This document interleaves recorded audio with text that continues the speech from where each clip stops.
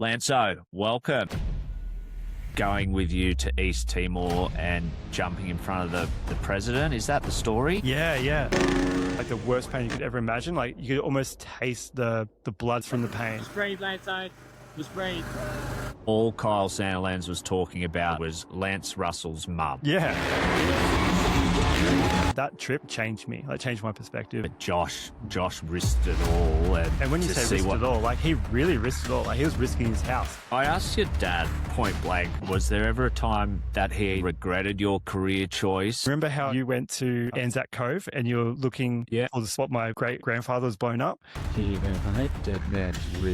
And Mackenzie still talks about Green Bike Land. That's where Russell Brothers films came from. That led to Freerider MX magazine DVDs. The soldiers just get on the radio and go, hey, we need medevac. Within 20 seconds, big Black Hawk helicopter circling above us, the Australian Army. Tragedy strikes with Tyrone Gilks. Everything was normal, clicked fifth gear. And as he went, I reckon he was just a little bit scared of going long. As he went up, he knew as soon as in the air and he floated through the air. I don't think he knew he was going to pass away from it, but as he was... It was going to be bad. And do you remember that? Yeah, I haven't spoken about this ever. That is spot on. So let's talk about it. There you go. Okay, so like... Welcome back to another episode of Behind the Bars podcast. Today's guest breaks the stereotype for the freestyle motocross rider. But don't let the clean-shaven, zero tattoos, smarts and non-party lifestyle fool you. Lance Russell is one of the baddest dudes on two wheels. An aviation enthusiast with a passion for design and social media on the side of riding a dirt bike for a living. I give a very big welcome to the nicest guy in action sports, Mr. Lance Russell. Lanso, welcome. An intro. I feel like a host with this podcast studio. Mate, you've got a reputation amongst the action sports community for going above and beyond. You're always doing the extra mile to help others around you. Today is no different. Your studio, for the video listeners, is an actual studio where we're recording this by the looks of things. Tell me what's going on there. Man, it's so funny. So last night I was thinking like, I don't really want to set up just a webcam on my laptop. I was like, let's do something cool. I remembered my friend from high school, Nick Hodgkin.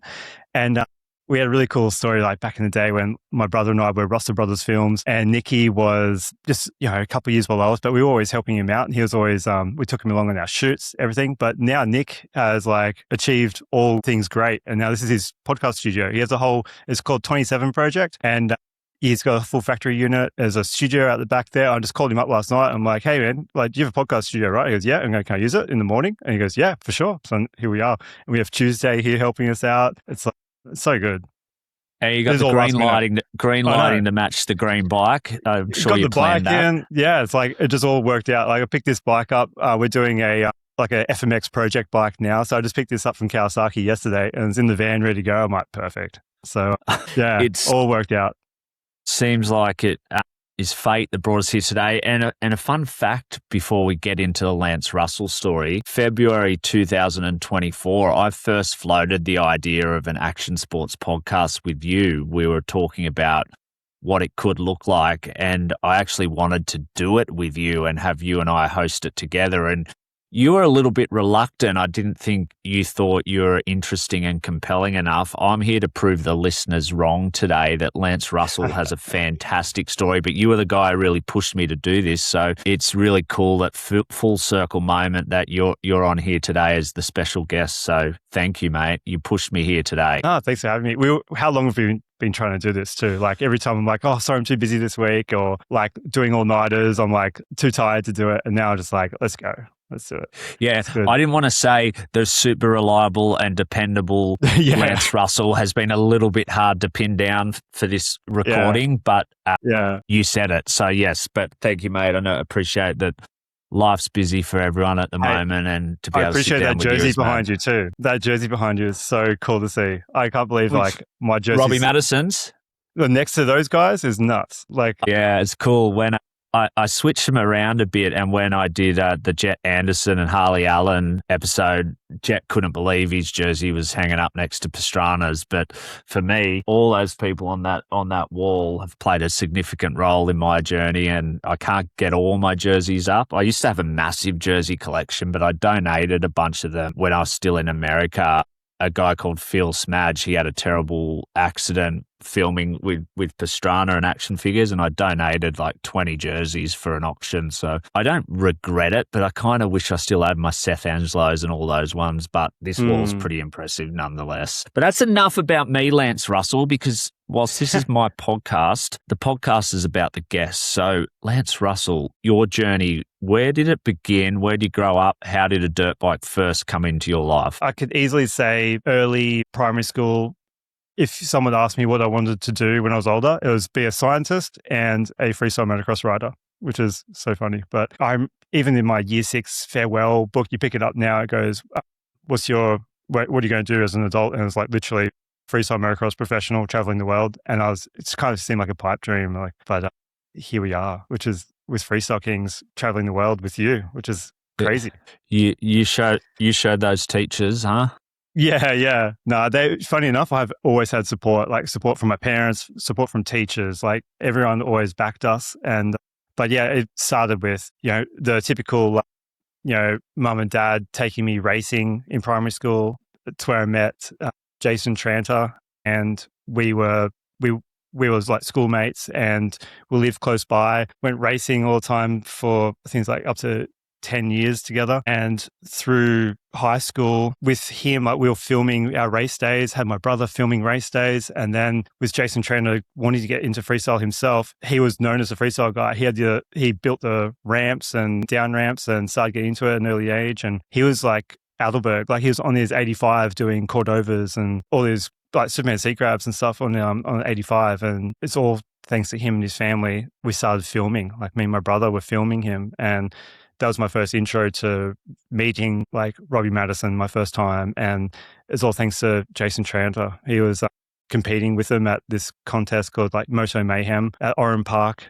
And Jason was fitting in doing those contests. But we had Adelberg there and Reese Hillier and the RFTMX guys. And like that was like my first intro to actually getting to know these guys, like Brett Sutherland, the Cole brothers. Yeah. Lee Harry members probably amongst that. Yeah.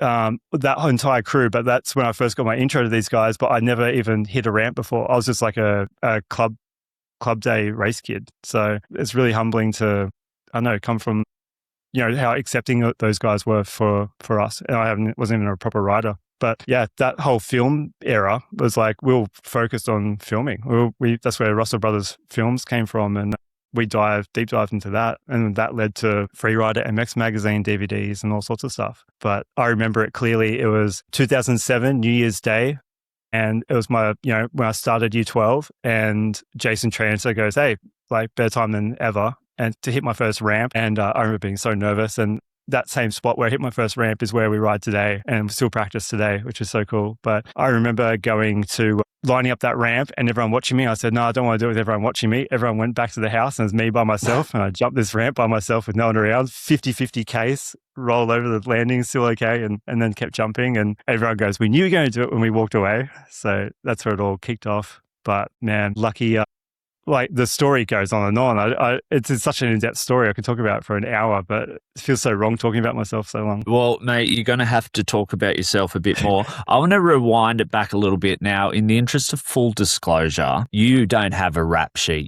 You're from the outside, you're perfect, and it's kind of made fun of a lot amongst the Freestyle Kings. I actually called your mum and dad, spent an hour with your mum and dad to try and find some dirt on you, and I couldn't. But what I could find was your dad used to have a dirt bike, and he sold it when you were quite young, and you cried for days about it. And then after that, when you were about 4 or 5 years old, you were going to a daycare, and across the road from the daycare was a little Pee-wee 50, and you always seemed to want to end up on that bike before and after preschool. Is that kind of how the story goes? And do you remember that? Yeah, I haven't spoken about this ever. That is spot on. So let's talk about it. There you go. Okay. So like I see, baby photos of me, and dad had a little bike model, a Kawasaki bike model, and it's the first toy I ever had. And it's just like, it's meant to be, right, in the end. And then like, I remember one of my very first memories, like, how you try and think how far back can I remember? Like, your first core memories is usually around four years of age for most people. Yeah. And that one was that bike being sold. and being upset about it and going, I couldn't understand why this man was taking away this awesome Kawasaki. And it's, that is, I can't believe you dug that up. So anyway, when we were living, so Dad was working with the Navy back then. He's like a civilian contractor, and he was doing the software development on the Seahawk helicopters. And we were living in Nowra at the time. And we had neighbors there who were motorcycle crazy, and they would bring over their PW50 to me, and I was just riding that nonstop. And that's how like my first introduction to bikes were, but it was never really jumping back then. It's obviously like we were playing like cops and robbers and stuff. And that was when I never really told anyone about that because I didn't think it was ever important. But it's so funny to think about that now. I wonder what those guys are up to. Yeah. Well, I mean, almost 32 years later, you're sitting in a podcast studio talking about a fantastic career with a Kawasaki bike over behind your shoulder. Yeah. I've been with Kawasaki for 12 years, and that is like, I still have to pinch myself about that. That is like unbelievable to me. But yeah, man, like back then, that same era, I was jumping push bikes over, like we made little push bike jumps, and that's where like from then on, I think I saw my first, hints of freestyle motocross even back then. And even back then, I was like, just wanted to jump. I think it must have been like old Mike Metzger stuff, doing like just whip no footers off in the dunes and stuff. And just like, oh, that's cool. And gravitated towards that from an early age. Your mum was a keen horse rider, and she was hoping you might follow that career trajectory, but she said very early on it wasn't about horses and toy trains. It was dirt bikes from a very early age. So that kind of lines up with what you're saying there. Yeah, you know what's crazy is my mum has had more broken bones than me. Like she was like a replica of me, but in the horse world. Like she was like quite like she was doing the cross country, barrel racing, the whole lot. And so she was like, when everyone says like, where do I get it from? It's like, it's mum, like to have that passion to keep going and pushing through. Like mum was like a wild equestrian athlete back in the day, which is kind of... Yeah, it was funny when I was chatting to your mum and dad, and obviously I've spent a fair bit of time with Jeff recently, particularly last year when we spent a whole weekend together in Adelaide, and Lance Russell made a lot more sense from what his passions are outside of dirt bikes, with your dad's helicopter and aviation history and what he's done, and then really talking to your mum and hearing that she was pretty much an adrenaline junkie herself, uber competitive. And so you've ended up a nice mixture of the two to be here today as who Lance Russell is. Definitely. Dad gave me all the smarts. He was our first thing to do was go outside at night, and we got 10 cents per satellite we saw. So like after sunset, you can see the satellites come over. So we got 10 cents a satellite and $1 for a meteorite. So we're like introduction to science and space and stuff that's all him to blame for that. So I talk everyone's ears off on tour, as you know about that. Don't get me started, and I'll talk about it all day. Oh, it's funny in the Freestyle Kings group chat, whenever someone sees a helicopter up close, they film it and ask you what it is, and you give a 20-paragraph spiel about the history and the origins of whatever aviation vehicle that might be. Are they vehicles? No. Aircraft? Yeah, vehicles. Aircraft. Vehicles in the air. The Jetsons. Yeah. So it's so funny. Your mum and dad probably thought there was something in it for you, and you get a couple of dirt bikes, and you start how a lot of freestylers start with an amateur racing career. Wasn't uber successful, but I think like a lot of people, it's an amazing family experience, the racing. What are your memories of those racing days? And you still rep the 155 racing number. What are your memories from there before you took the freestyle path? Yeah, I remember begging mum and dad for a motorcycle when I was really young. And then they were saying back then like, oh, we can't afford it. And I said, oh, it's okay, Santa will get it. And so that broke their heart. So that's how I got my first motorcycle, was because of that. And then moving on, like that was a PW50. And then moving on to the next stage up, I remember playing like video games and showing them, going, look at this. If I had this bike, this is the trick I'd do. And then they'd just be like, yes. So like I just begged them for bikes, and they were like the most supportive parents that you could dream of, in the sense of like they knew what that was my passion and what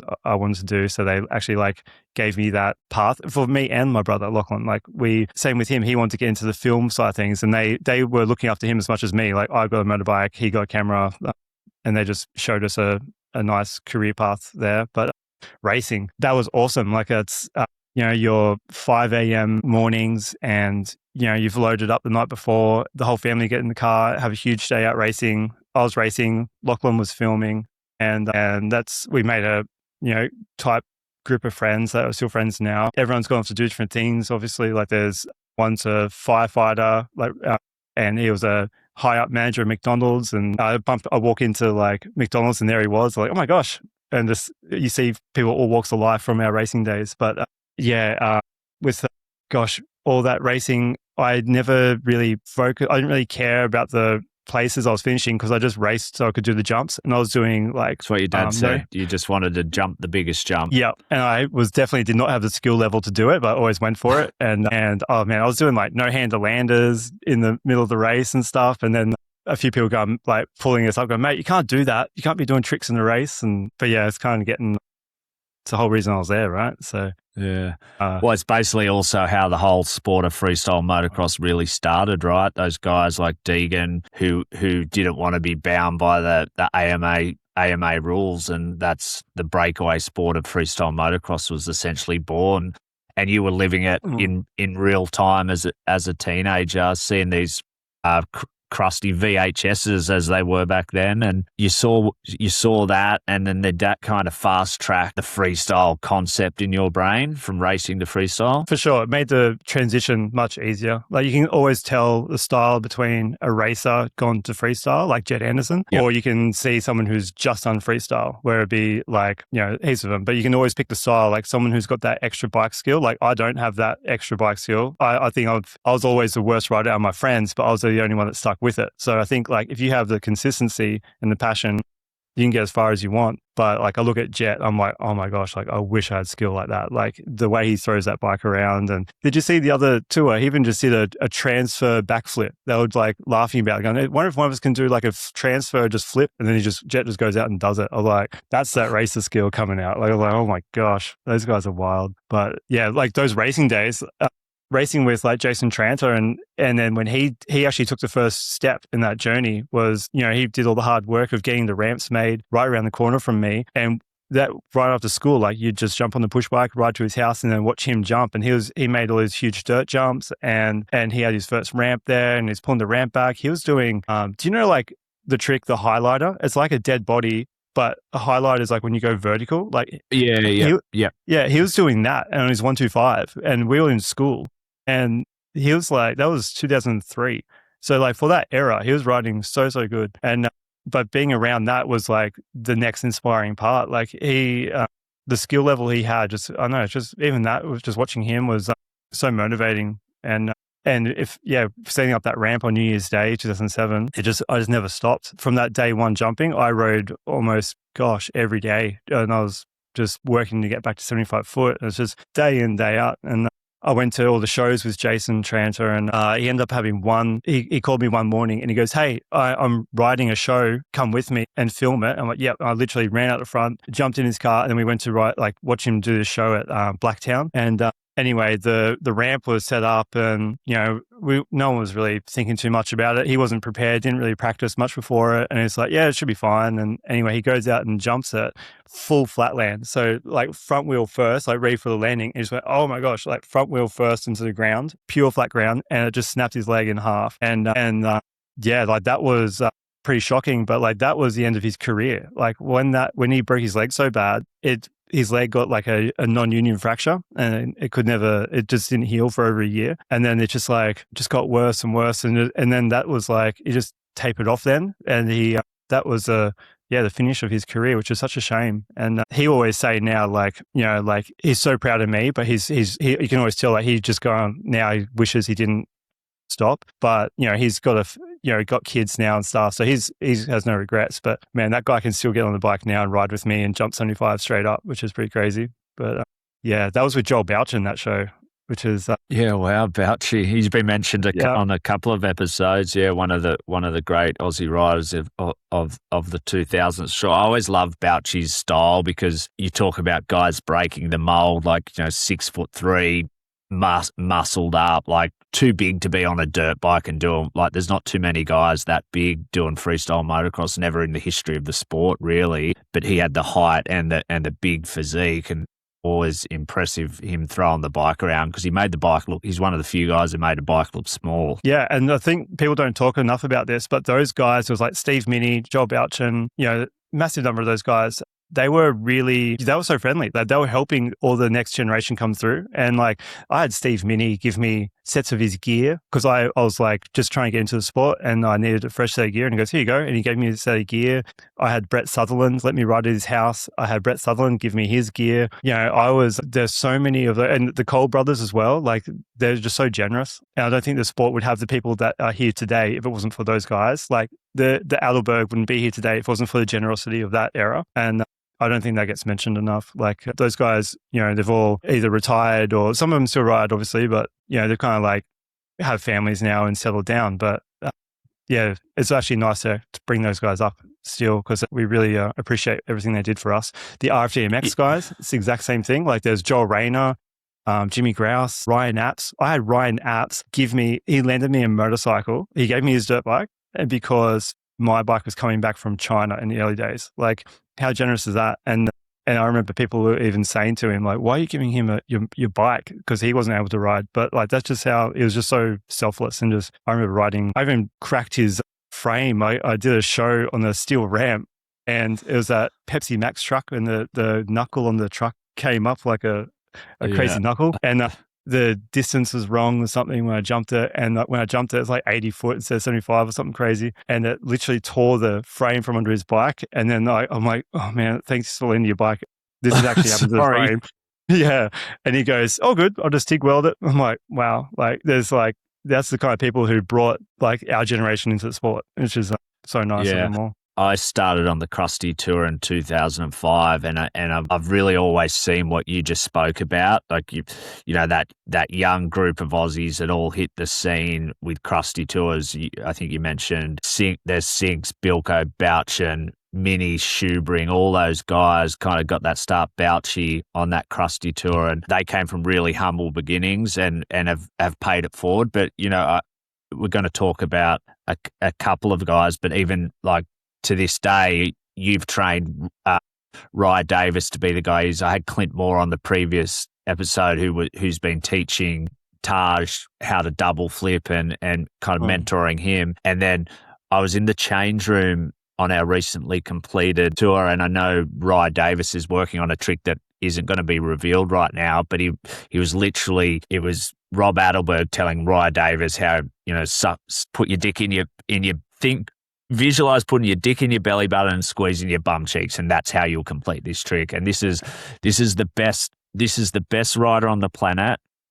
Don't even know how many X Games medals he's got, about 20. He's teaching a guy a trick, how to complete a trick that, one day might beat him in a contest with that same trick that he's taught him how to do. And I think it's one of the most beautiful parts of the freestyle motocross sport is how giving everyone is to each other. I don't think the sport is where it is without that camaraderie. I know I've heard Travis and Deegan talk about it on Deegan's podcast, which I think is one of the best podcasts out there. And Trav couldn't believe when he switched from racing, where it was, you'd literally kill the person next to you on the starting gate to get the win. And then he went over to freestyle and everyone was in your corner cheering for you to win, lending bike, giving gear, all that stuff. I think it's such a beautiful part of this sport. Yeah, and even thinking like that's also, when you're teaching someone else, it's also like giving up your potential income, but it's not even considered. Like, it's almost like, I don't care, like, I want to help this person. So I think it's really hard to see that from the outside if you're a fan, to actually see how close everyone is on the inside. Like, you walk the pits of X Games and same thing, like everyone's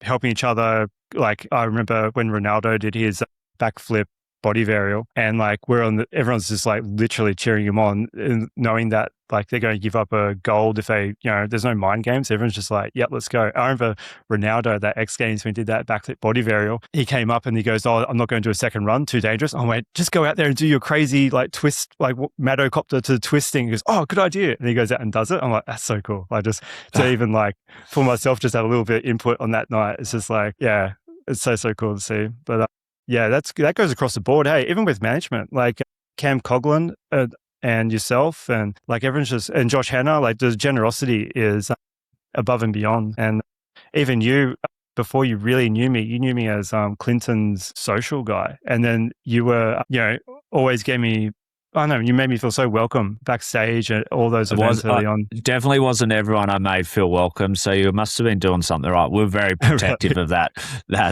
footage and backstage. We tried to pin it down when we met, and I think it was probably around the 2013-ish era when you were running we're kind of bouncing away from the timeline, but you were doing the socials for, I think, Sheeny, Clint, and then Adelberg was doing a couple of Nitro shows. Is that kind of what it was like? Yeah. So I was doing, so like when I'm helping them with their social media, the whole idea was because they're on the bikes and they're not tech savvy with cameras and stuff. It was like, okay, I can produce the content, take the photos, help them with that. And then they literally they'll sit there with me and say like, okay, like, what do you want to say about today? They'll type their caption but then they have a sick photo or video. And I did that for years and I still do it now. So yeah, back then it was like media wise helping, Sheeny, Harry, Jacko. Harry as well, yeah. Yeah.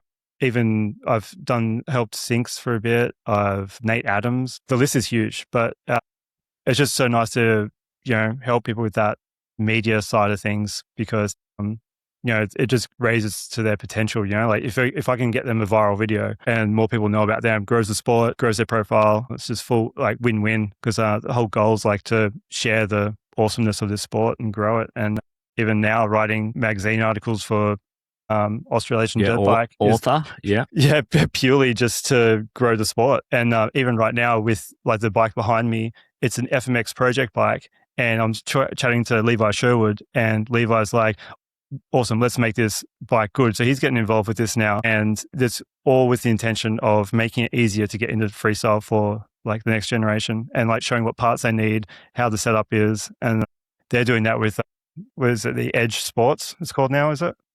Yeah. I want to pick your brain about that Nitro stuff in a minute, but I just want to go back in your timeline. When, where, why, how did Lance Russell first get paid to ride freestyle motocross? What's your memory of that time? It was pretty early on. I was hanging out with Josh Hanna and, Ash Will, all those guys. So Aussie Adrenaline, shout out to Aussie Ash Adrenaline. Will. Yeah, so Ash and I were like funny, like we weren't rivals. We were like just two film guys at the same level. And the freestyle motocross world, the video, the only freestyle motocross videos out there was Russell Brothers Films and Aussie Adrenaline. And Russell Brothers was always like the soft music and artistic, where Ash was like the heavy metal, like, in your face, like, hardcore Very stuff. Core, yeah. Yeah, so we had like a really good yin and yang going the whole time. So like, but we were really good mates. And so like they would invite me out and they had a compound out in the suburbs kind of near Josh, and I'd go out and ride with them. And who was close to them was EFA. They were doing demos, and that's where everyone's first shows were. Like Josh Hanna's first shows was with this group called EFA. I think it's like Extreme Freestyle Air it stood for. And we went out to outback rural towns, like in the middle of nowhere, like Tyrone, Queensland. And like we were driving 6 hours with nothing either side of the road. And then and Cloncurry, like near Mount Isa and all these crazy towns. But yeah, that was my first paid gig was riding to a portable landing, like steel portable landing. And it's kind of crazy. What year? What can you date this by year? Yeah, like early 2008, very early 2008. So I'd done I've been jumping ramps for a year and worked up to my trick level enough to be good enough to do a show. And like my best trick was like the Rodova. Like I was the first to do the Rodova stripper and like things like that. Uh-huh. Like in very early on, I was only doing freestyle for like a year and I was already doing those tricks. So yeah, that's how I got those shows. But I look back on that skill level and I'm like, oof, that was pretty fresh. Like, yeah, every year I always say like, you think back to how you were last year and you think, oh, I wasn't on the level I'm on now. Like, it's just how much you improve every year, even at our age now. So like I look back 2 years ago, like 2023 footage, I'm like, man, I didn't really know what I was doing on that trick. Like that's my style's already improved now. But yeah, early days, 2008 was when I started, like I'd say, getting paid to ride. Did you, when you got that first pay packet, I'm not going to ask you how much it was, but I know it wouldn't have been much. Did it light a thought in your head that this could be a career, freestyle motocross? Or was it just a hobby still in your mind? It was a passion. It wasn't worth the money to do. And I wouldn't come away from doing shows and go, oh, sweet, like I'm set up now. It would always be just enough to live. But I was more focused on writing freestyle for the fun of it and doing, like, I was really focused on the film stuff at the same time. So when we were, man, I'm trying to think what year it was. It must have been 2006. We released our first DVD. So Russell Brothers' first DVD. It was called Stone Chipped Helmet. And funny enough, that name came from my dad. We're like struggling what to come up, and he came up with this whole blurb and then called it Stone Chipped Helmet. I went, righto, run with that. And the RFDMX guys we always go, oh yeah, we're Russell Brothers Films, and he always call it Russell and Sons because my dad had so much input with like, naming the DVD or driving us everywhere. We didn't have our license, and there's like, yeah, it's a long-term joke, that one. But I think your dad's version of kind of that early years was Margaret and Jeff, your parents, helped you in the sense they gave you the gear that you needed, but they didn't give you the motivation. It was up to you after that, and they just watched you both thrive. And obviously you've kind of taken different paths in a sense, but you are still a passionate filmer and content creator. How mad is it that you've shared this journey in our industry with your brother and best mate? Like, what are you, 16 months apart in age, and you've gone very different directions, but also on the same path, if that makes sense. Yeah, like I think like his career helped my career and vice versa. So it's like we always had mutual respect. Like it's even funny now. I go to the V8 supercars, and everyone's like, "Hey," and like they know me. I'm like, "How do these people know me? Like, should I be saying hello back?" And it's because of him. And yeah, I'm sure he'll go to like X Games and people know him because of me. So like, I think Patrick Evans, after our tour, saw my brother filming the Hill Jam in America. And he's like, look, it was straight after our tour. He's looking at my brother apparently going like, God, like, I know him, but how? And then like worked it out after. He's like, oh, it's his brother. Like, that fully makes sense. But it's kind of funny to have that crossover. But I think I met your brother many years before I met you, because I worked on the Australian Supercross series for 4 years, the Super X version of it. It's kind of been forgotten to history, and he was just a kid himself. And I think he was working with Adam Bailey as you're right. Yes. As not a publicist, but he was doing photos and video, I think maybe for Monster Energy he would have been a work experience kid. I think in about 2008-ish, I reckon I met Lockie on the Super X series. Yeah, Lachlan, like with AME now and the Supercross, like Lachlan was their first employee. Like Lachlan it was like the three of them. It was like back in the day, it was Bailey, Sando, and Lachlan. And it was just those guys. And that was, my gosh, yeah, years and years ago. But yeah, you're right. Yeah, he was at Super X. He was doing lots of stuff for Transmoto magazine. I think that was a big, career starter for us as well. Like I think he did a cold email to Transmoto, and that started a really big relationship with them. Shout out Andy Wiggin. Yeah. Oh my gosh, Andy is such a legend. Yeah. Legend, I haven't seen him for a long time, but yeah, the opportunities he gave us early on, and like we took opportunities and just ran with it so much. Like I remember we bought a camera crane, and you have your camera on the end and it like swings up like a full like Hollywood production almost, right?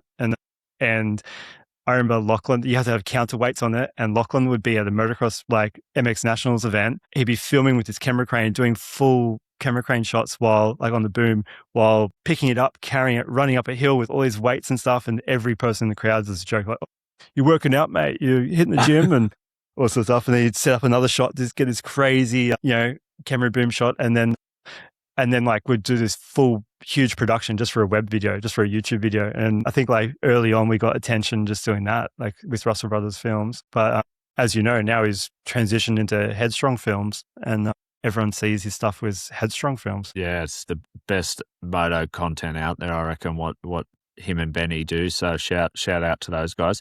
Mate, I want to know when and how. So you mentioned Josh Hanna earlier. How did you get linked up with Josh and the Freestyle Kings crew? And that seems to be maybe a pivotal moment in your journey to making a living on a dirt bike. Yeah, like I think we were mutually hanging out early on with like Ash Will and stuff. And then as our careers were like we were getting into riding more. It's just like one of those guys where you knew I think he was sponsored by LKI as well when I was with LKI. I'm trying to think what else he did. But yeah, we were just like, we would hang out at Jacko's and ride there with Jacko, and we were always crossing paths. And then Josh one day was just like, suddenly like you see his whole truck there and he's welding a lander together on the back of a truck at Jacko's. And it's like, what's going on here? And he's like, oh, I'm, starting a team. I'm like, oh, sick. And then it's like one of Josh's early shows, which was Eastern Creek Raceway and at the drift cars. And he got me, I don't know who rode the very, very first show. I don't know if it was me and Pat, or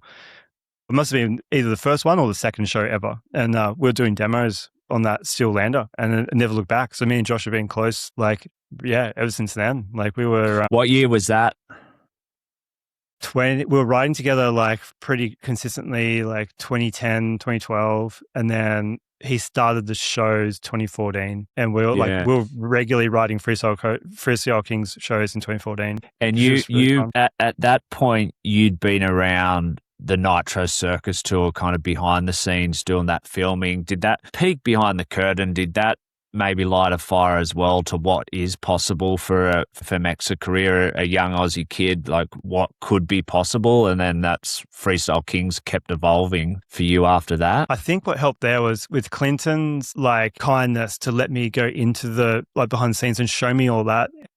It really made me realize what they go through to do what they do. So it's kind of I could see and feel what they were without actually going out and doing it. And if I didn't have that experience of just watching what they did, I don't think I could do the tours that we do now I wouldn't have the mental capacity to deal with that stress. And I think the prime example of that stress is, remember when there was that TV show on Channel 7 with Sheeny, Jacko and Harry? And the Gladiator games or whatever it was. That's the one. Yeah, that's a prime example of those guys being able to deal with a stressful situation because they didn't care. They were laughing, having fun, and everyone else was crumbling under pressure.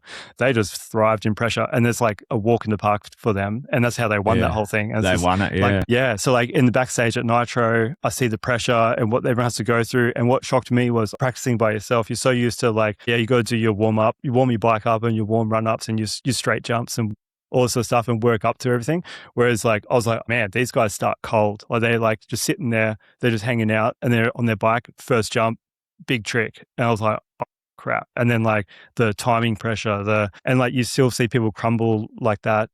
How we saw recently, before his name, but someone who jump in on a show who doesn't regularly do a tour and they want to ride so well and they crumble under that pressure of wanting to perform well, where they should just block out everything, block out the crowd, focus what you need to focus on. And I learned that through being backstage at Nitro and X Games with Clinton and Harry and Sheeny and Jacko. Yeah, those guys are just absolute masters, mental game masters. And then I asked your dad point blank, and I said to him, was there ever a time that he either regretted your career choice or wanted to give you a tap on the shoulder and say, hey, what are you getting out of this, risk versus reward?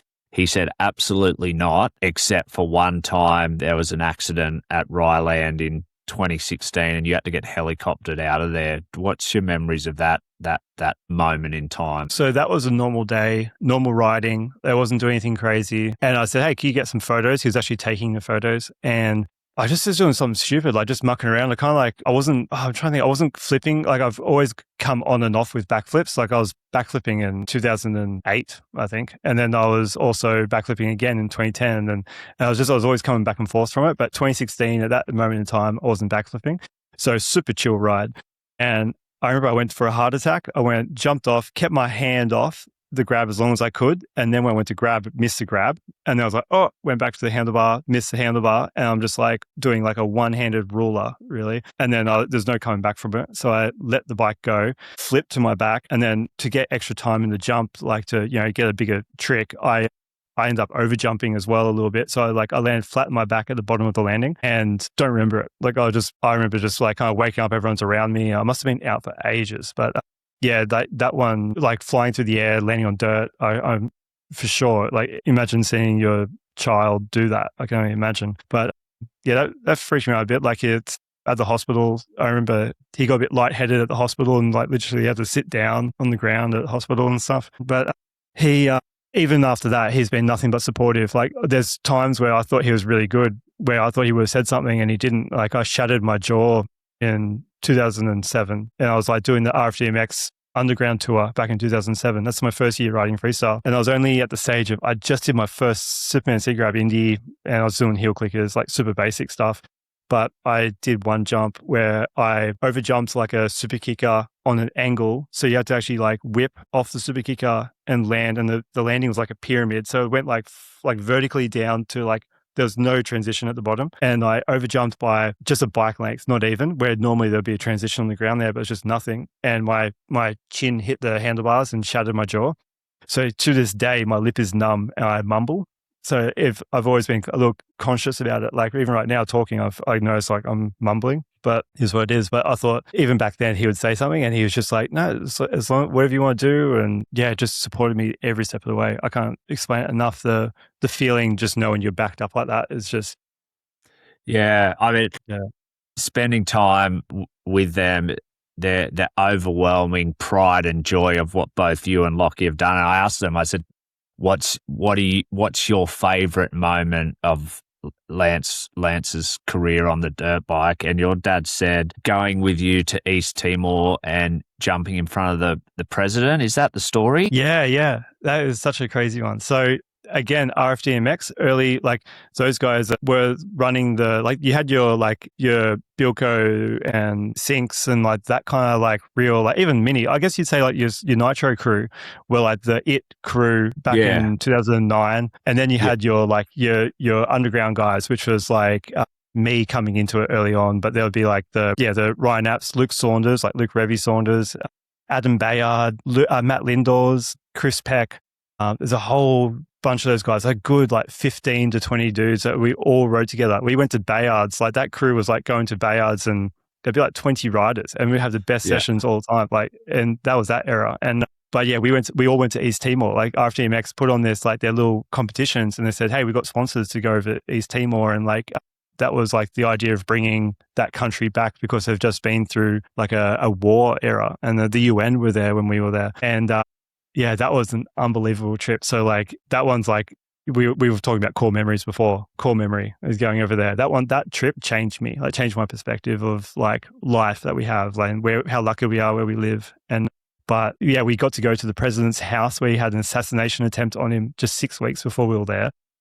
Yeah, wow. And but it was funny. We go there and the guards were there, like with holding their machine guns, and the guys go, "Can we hold your guns?" I'm like, yeah, they hold their guns.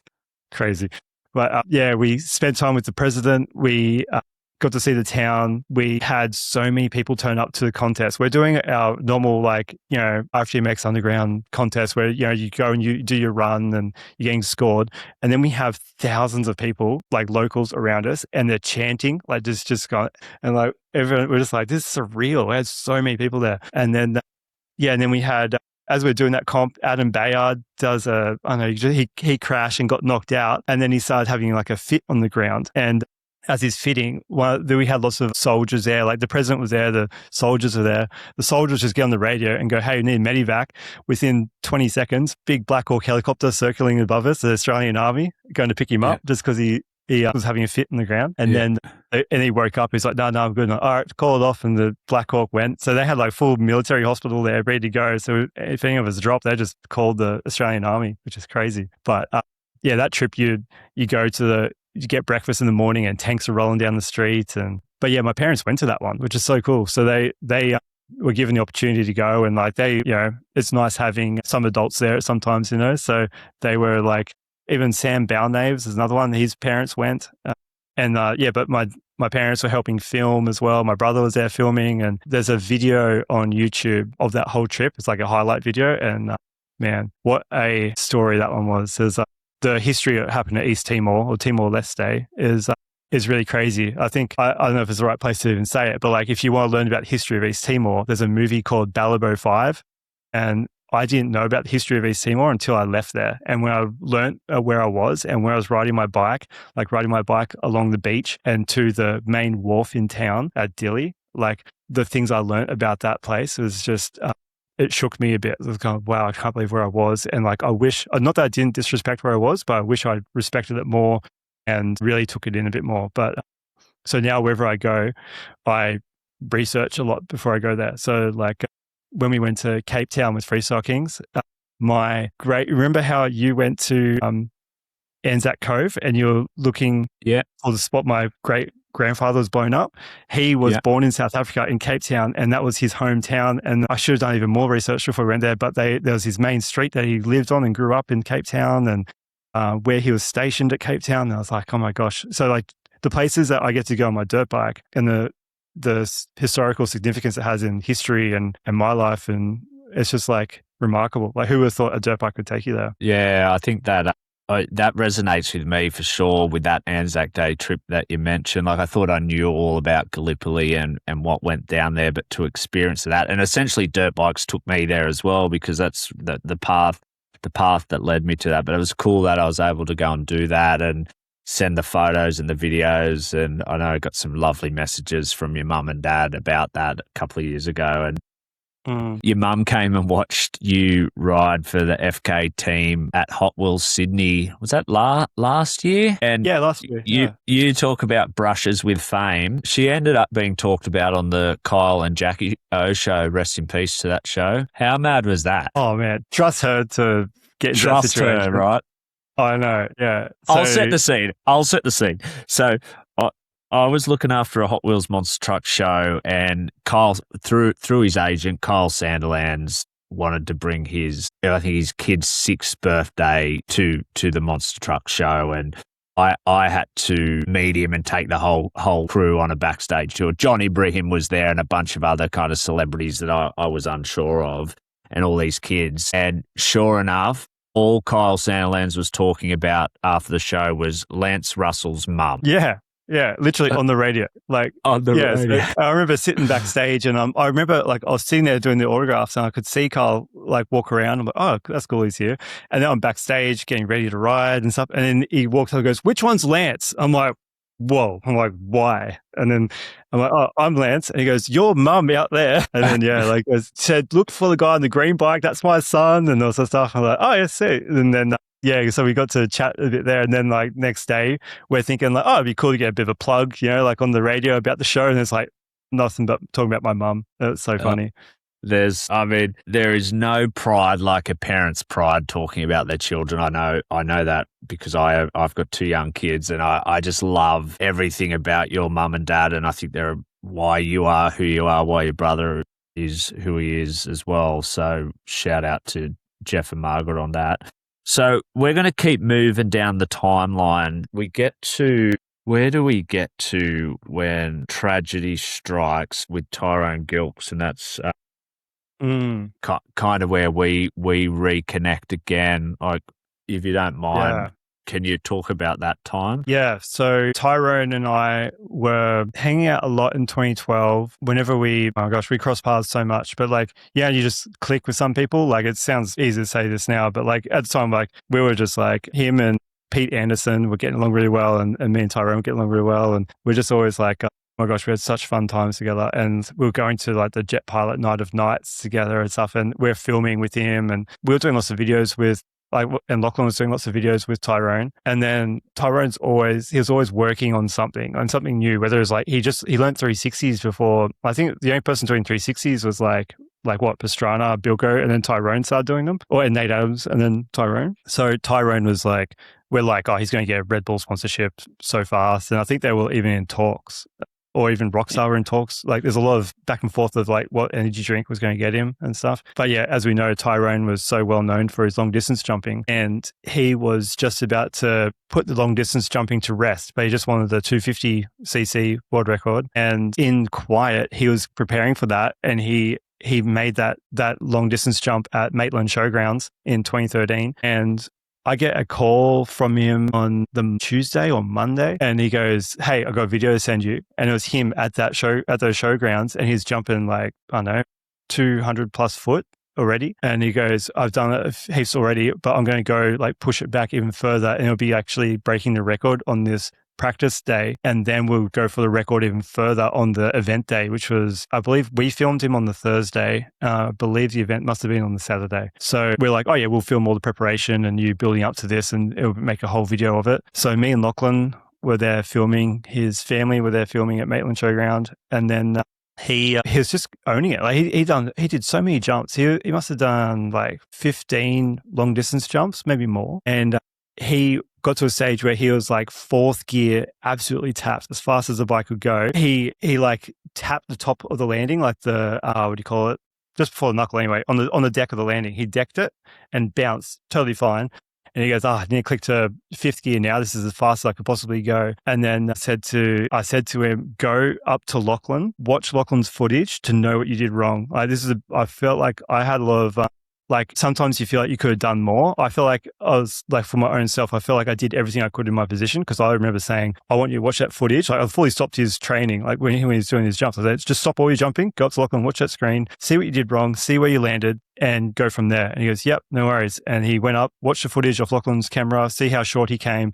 And he goes, all right, I'm going to click fifth gear now. And went down, spoke to his dad and his family, and he goes, got ready to click fifth. And it's just such a shame, because it's like, I know he was so worried about going long, because fifth gear could have sent him 400 foot, so you don't want to go, he was really scared of flat landing. And when he like went for the run up, everything was normal, clicked fifth gear. And as he went, I reckon he was just a little bit scared of going long. And you just hear the bike didn't have that ring in it of the up ramp. And as he went up, sorry, I didn't think I was going to get hit by that.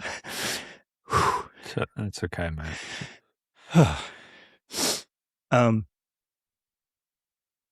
Man, I've been spoken about this for a long time.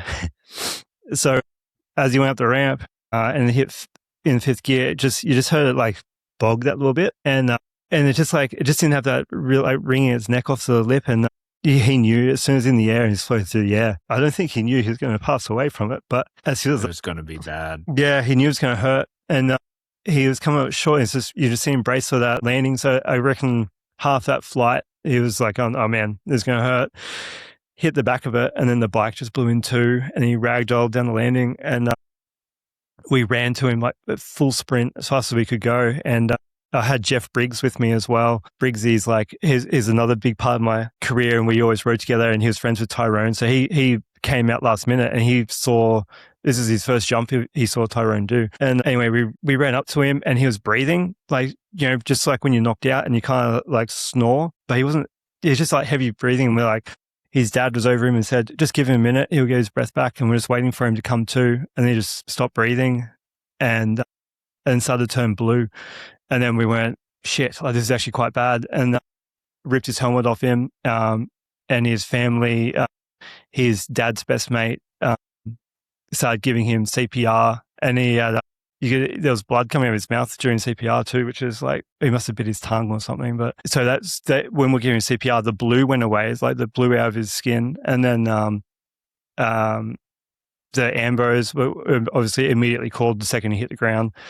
And yeah, it was just like, they were just giving him CPR till the ambos got there. Then the ambos took him away. And then we're kind of like, I remember this really awkward moment with his mother, like, because his family witnessed this whole thing. And we're dirt bikers. We're not thinking like, he looked fine. He was intact. I'm sure he broke bones, but like we weren't like like a fatality was not in our mind.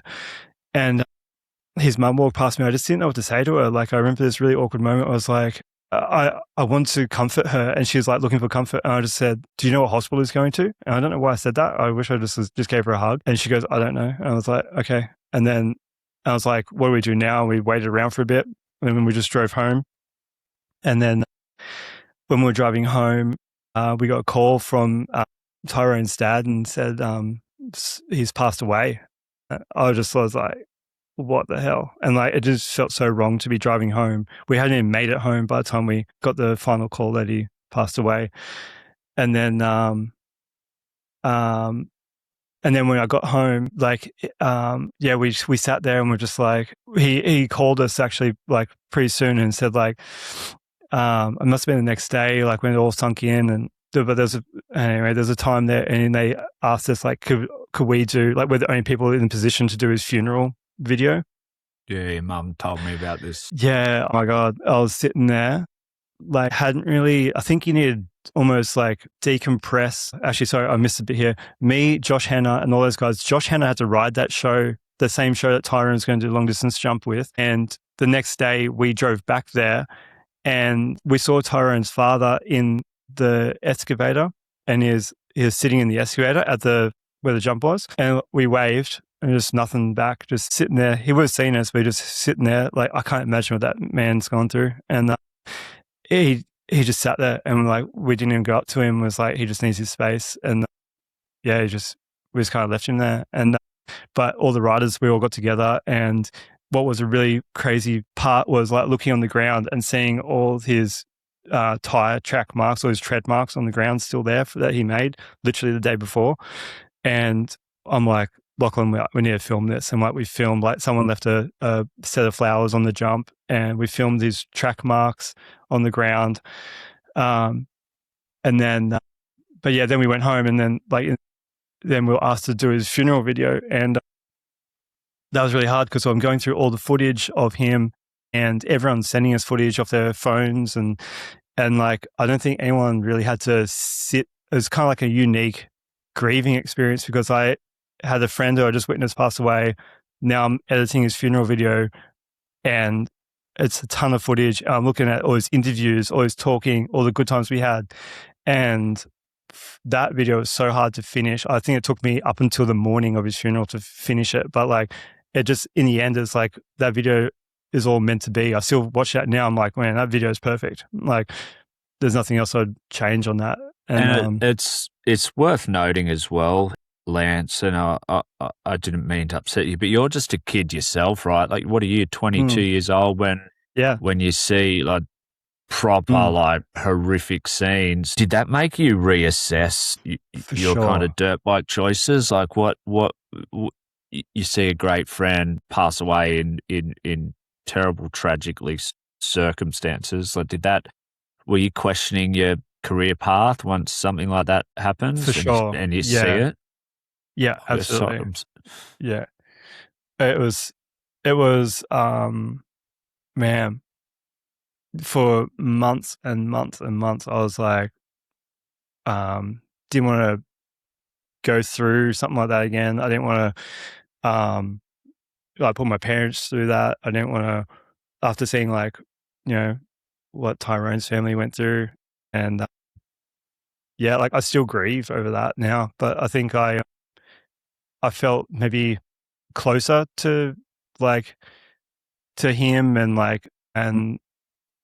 I don't know, just because I'm still riding where we rode, and I think like I always think like if I'm having a conversation with him, what did he say? He's always so quirky and funny. Like he'd be like, it's so weird. I've even never said this. I'm not spiritual at all, but when people have like when I've had like someone pass away in my life, for some reason, I always dream. If I didn't get to say goodbye, I always dream. And I'm in the one spot. I'm at my family home on the driveway in front of the garage. And like my grandma was there. I'm like, oh my God, Grandma, I miss you so much. I didn't get to say goodbye. I got to say my goodbye then. And the exact same spot, exact same thing with Tyrone. And Tyrone in that dream goes, don't be an idiot. Get back out there. And he said this to me in a dream, which is so weird. And for someone who's not spiritual, I was like, that one can't be like, you know what? He would say that. And so I kept riding. And then, yeah, that was a tough time of life for sure. Yeah. I mean, I can definitely relate to that because for me, J.O. Archer's that one like your Tyrone Gilks is because when I left Nitro Circus in 2022, the literal last job I did, I was producing a triple backflip documentary with J.O. and we were out at Lockhart, out at Jacko's compound, and he broke his femur that day. And you know, I can't help but kind of feel that we were maybe helping facilitate something that shouldn't be being done. And whilst I walked away from that project and, you know, J.O. went on to do the triple flip after I'd left Nitro, he wasn't done with that trick. And I do wonder if we didn't facilitate what we did, would J.O. still be walking around? And again, I've never really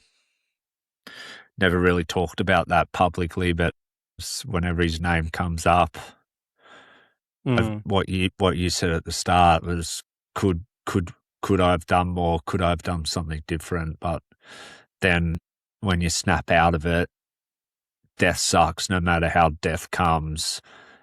And those two guys, they died on their greatest love, their dirt bike. And, you know, in a weird way, do you take comfort from that?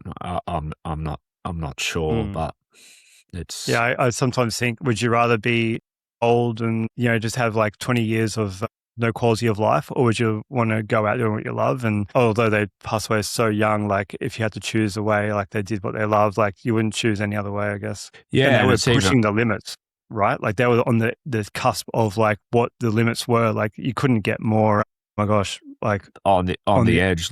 yeah. It's the same. We're a bit older now, and we have parents who are getting older themselves. Would you rather your parent drop dead of a heart attack and not get a chance to say goodbye, watch them in, like you say, pain and suffer for 10 years, have all the problems? There's no right answer. They're kind of both wrong, really. No. But Yeah. let's move on to. Oh, actually, I got a crazy story about Tyrone. How's this from memory? 2012, Red Bull X Fighters at Sydney. I'm in the car with Tyrone. Yeah. So it was me, Lachlan, and Tyrone, and we pull up in Circular Quay. I don't know why we're in Circular Quay, but we pull up in Circular Quay, and then we went, and there's Jo just walking the street by himself. He's like, hey! And Tyrone and Jo were just hanging with us. And then I'm like, I think back on that day, I'm like, man, like who would have thought on that day in 2012 that those guys were going to be like pushing the limits of the sport so much, and the fact that we lost them both, I was like, that's a crazy moment to have. Like, it was a special moment to have that time with them and with them both. Like, it's just, and then we went to X Fighters with them and had a great day. Like, it's just, yeah, it's like memories like that I cherish now. Who had the big crash at X Fighters Sydney? Someone. Adelberg it was too, yeah. Seat bounce flip. Yeah, he got. You go. Sorry, he got stuck in the transition between two jumps. Like landed and got sat down, and he's committed to a flip. Couldn't stand up for a flip. Landed completely upside down. Not an ideal place on an island to need a quick trip to a hospital. That's for sure. No. Let's move forward on the timeline. You're doing a bunch of Freestyle Kings demos. Still doing your social media work, and your career's probably at a point where it's really going in the right direction, and then COVID shuts everything down basically for action sports athletes. What does 2020 look like for you there, and is there a thought that the COVID and what's happening is stealing your opportunity to be a professional dirt bike rider away? Looking back at it now? Yeah, like that was the first time I had, like, I think everyone had this moment where I was like, everyone was for social media stuff pulling budgets because they thought everything was going to be shut down. So like all the brands I helped, they pulled back. So it was like literally a moment of like, oh, there goes my normal job and no riding as well. But still, like, I think a lot of people had a really unpleasant experience in COVID, but I was surrounded by loved ones, and like I wasn't alone and locked down alone. So COVID wasn't like a terrible time for me, just because I was lucky with who was around me. But I think Josh was, lucky to, he's just so motivated to get that show off the road during I think it was just post lockdown, but it was still like, it was very hard to have crowds. So you had to have a minimum number of crowds. And that's when we did our first Freestyle Kings live in Newcastle. It was a watered down crowd, like a smaller crowd, like smaller venue. But that was just like oh gosh, like this actually happened. And that was like our first step into big shows. And I think everyone in the team, even back then and still to this day, like pitched in like their effort. Like everyone was, I think we used our super kicker in the show from my home compound, and we, all the graphics were done by Ash, and like we were just, it sounds funny saying that now because it's what it is today, right? But back at that time, it was kind of like, oh man, like we're just throwing things together and make it all happen, but it all worked out. I remember clearly you posting about us, and like you were very Nitro at the time, or just left Nitro. But like, this is 2021. I was very Nitro. Yeah. And like you congratulated us and like said, hey guys, great job. And we were like, I remember us being like really thrown back by like, man, like we're being thanked and congratulated by Nathan Brown. The enemy. Like, yeah. Yeah. Like, this the rival. is like, the rival. Yeah. I mean, it's a crazy time. And my version of that is, so when COVID shut down in 2020, we were trying to do a tour in 2021, and I was begging the management of Nitro, like we've got to take the chance here. Where there's no shows, there's basically only rugby league AFL going on. There's no no other forms of live entertainment. And then I see Josh and the Freestyle Kings turn into that first show, and I'm on the record. It was with Steve Summerfield's old podcast, the Writers Lounge podcast, and just saying how brave, crazy, and admirable what Josh and the Freestyle Kings guys were doing. And I've called that Josh caught lightning in a bottle in that 2021 year. And that's a little bit disrespectful because it's not about luck catching lightning in a bottle. It's about having a big set of nuts because you've got to go out in the lightning storm to catch it. And then so I was just watching Freestyle Kings take the territory of Australia, and I work for Nitro Circus. So Nitro Circus had a very blessed run of basically having no competitors because the Krusty Demons and Nitro Circus battle in 2009, 2010 or 2010, 2011. Krusty Demons brought a knife to a gunfight. Like they got wiped off the face of the earth for 10 years. Came back, failed again for reasons we don't need to go into. But Nitro Circus basically had 11 years of no competitor in Australia and New Zealand. There wasn't a show on that level. And I was just watching Freestyle Kings grow and grow. And I knew who Josh was because I'd used his ramps a couple of times. And so I was quite friendly with him, and which is why I did acknowledge and congratulate him because I thought it was very brave. And he was, in 2021, he's very green. Like he's gone from being an ag show and demo show. He had the China residency, but he was 2021. He was risking it all for the biscuit, and in a time of so much uncertainty. I know July 2021 sticks in my head so vividly because that's when my first child was born, and Sydney was shut down, and I wasn't allowed to stay in the hospital overnight, and my mother-in-law wasn't allowed to come to the hospital to see her granddaughter because of the lockdown rules, and my wife had some complications and she had to stay in hospital for I think 8 or 9 days. So I'm so acutely aware of how crazy that time was, and probably understand why Nitro Circus didn't want to do shows at that time, but Josh risked it all. And when you say risked it all, like he really risked it all. Like he was risking his house. If out of all those shows, so there was many, if one of them failed, house gone. Like that's how much. And then we're like, if you're not, I don't know, in the know, like a writer could be like, oh yeah, no big deal. When's the next show? But like Josh is like, those early days were rough. Like the stress that he must have gone through is insane. I don't think anyone knows that. Nah, I mean, I'm fortunate. I've worked with the biggest and best promoters in and around the world. I work for one of the biggest promoters now. I could not do what the promoters do. Like I spend their money, not my own money. Promoting is one of the toughest gigs on the planet, I reckon, because it is all encompassing. The financial stress, like Josh, you'll get an email from Josh at 6 a.m. and 10 p.m. and that's his day every day, 18 hours at the computer or on his phone. It's crazy to think. I think we did the numbers that our last show of the last tour in Rockhampton was our Freestyle Kings 55th show, and I've been amongst it since 2023, and I just love the evolution of the tour, the show, and everything Freestyle Kings stands for. I think, it's by the riders, for the riders, Josh being an ex-pro himself, and it's just a good time. And how's that time? He came out and did that long distance jump in front of us. Like, I think everyone's like, oh, you haven't ridden for a while, and just forgot he could ride well. He just comes out and does that huge, 280-foot gap and was like, oh, yep. Just because, for no reason, just other than just because. I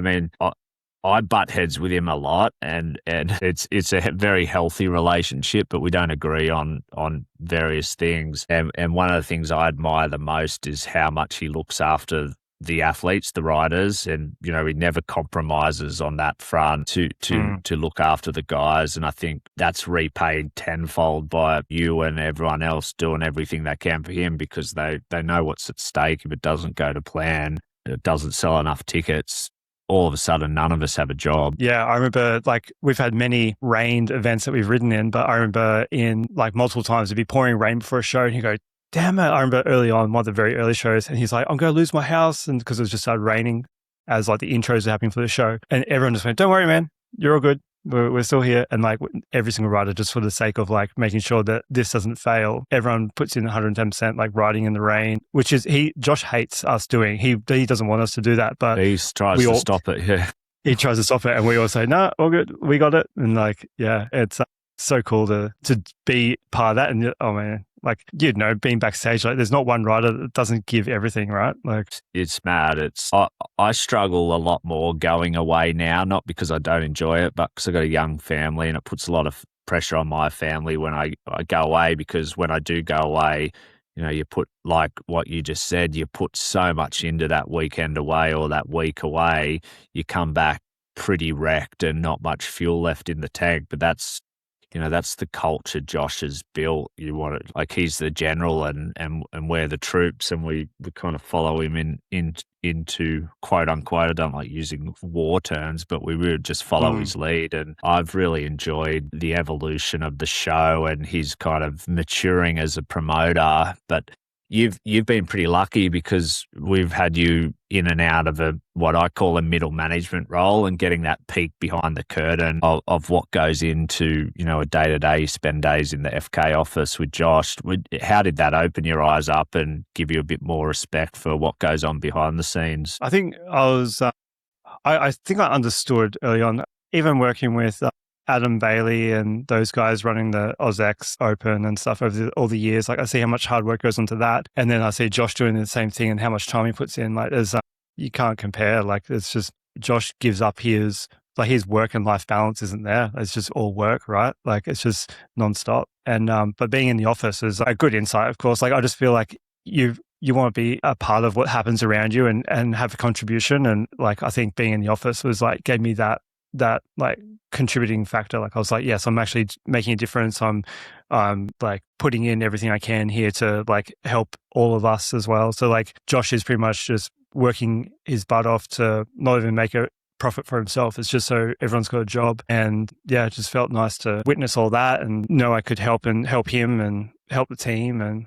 like whether it's with my gosh, just graphics, and how many graphics have you and I have been working on together? Too many to count, thousands. And I don't think anyone would even understand that. Like just to have a ticket, it's like tickets go on sale, how much weeks and months and of preparation, and like just graphic design work alone. Like we're still counting down the day of AI, just go make all these, boom, done. Like it's not there yet, but we're counting down. But yeah, that's why for me, I always describe the live event. It's kind of like a pregnancy. The first trimesters, you're getting ready for it. The second trimester, you're selling the tickets for it. And then the third trimester is the show, and you have your baby. And for me, the show is kind of what you get to enjoy. The fruits of that labor for the previous, and from conception to show date is usually around 9 months with the on sale and planning, all that hard work behind the scenes, and then you see the fruits of your labor of this live show. And I still get such a buzz. I think about those last few Queensland shows, how amped up everyone was. And it's it's a drug. Live events is a drug, whether you're on a bike or on a radio or pushing the buttons up in Ash and Maria's room. It's a drug like no other. And I think that's why it keeps me coming back for 22 years now. I think half my life now I've been in the live events world. So makes it so worth it. Sucker for punishment, or yeah. It's like, very blessed. You're like the whole lead up to it. You're just like, oh my gosh, like this is just way too much. And you have that one event. You're like, oh, that was all worth it. Let's do it again. And it's like you suffer for your next like 9 months. But yeah. Yeah. Well, that's how's this? We just had Latrell Mitchell turn up. No way. Yeah, he's at the front right now. Latrell Mitt, bring him in. Show him the green. I wonder if I can. Hey, Tuesday, can you hear me? Can you come in again? Yeah. Brownies goes, bring Latrell in. Do you reckon he would? You reckon? He has no idea who I am, by the way. Don't worry then. He said, don't worry, if you don't know me. I was going to say, he'll be interested after the podcast. I'll get him in because he'll be interested about the bike. You just tell him I'm a big Manly Seagulls fan and he might not want to come in. Right, yeah. He doesn't go for the Rabbitohs. He goes, maybe he won't want to come in because if you knows who I am, because he used to work. Who did you used to work for? Manly. The Manly Seagulls. Yeah, he used to work for Manly Seagulls. Yeah. Yeah. Thanks, Jesus. So, Lanso, we're going to fast forward now to 2023. This is the year when I joined the Freestyle Kings tour. I've finished up with Nitro, spend a ill-fated year in the rugby league world, which is a podcast all in itself for another day. Yeah. Even though Latrell Mitchell just walked into the studio and you don't even know who he is, but he is one of the greatest players on the planet. But that's not the story here. I joined Freestyle Kings. It was a little bit scary for me because, I come from the other side of the fence and the first person who really makes me feel welcome is firstly Pat Bowden and then you as well, Lance. I knew Josh and I'd been working with him for a few months, had worked with Adelberg and Maddo, but there was quite a few guys whose game I was not familiar with and I think Callum Shaw was one for sure. But there was this little grommet, a little baby, Rye Davis, and I think he was 16 at that point, but he was technically 14 at that point. Yeah.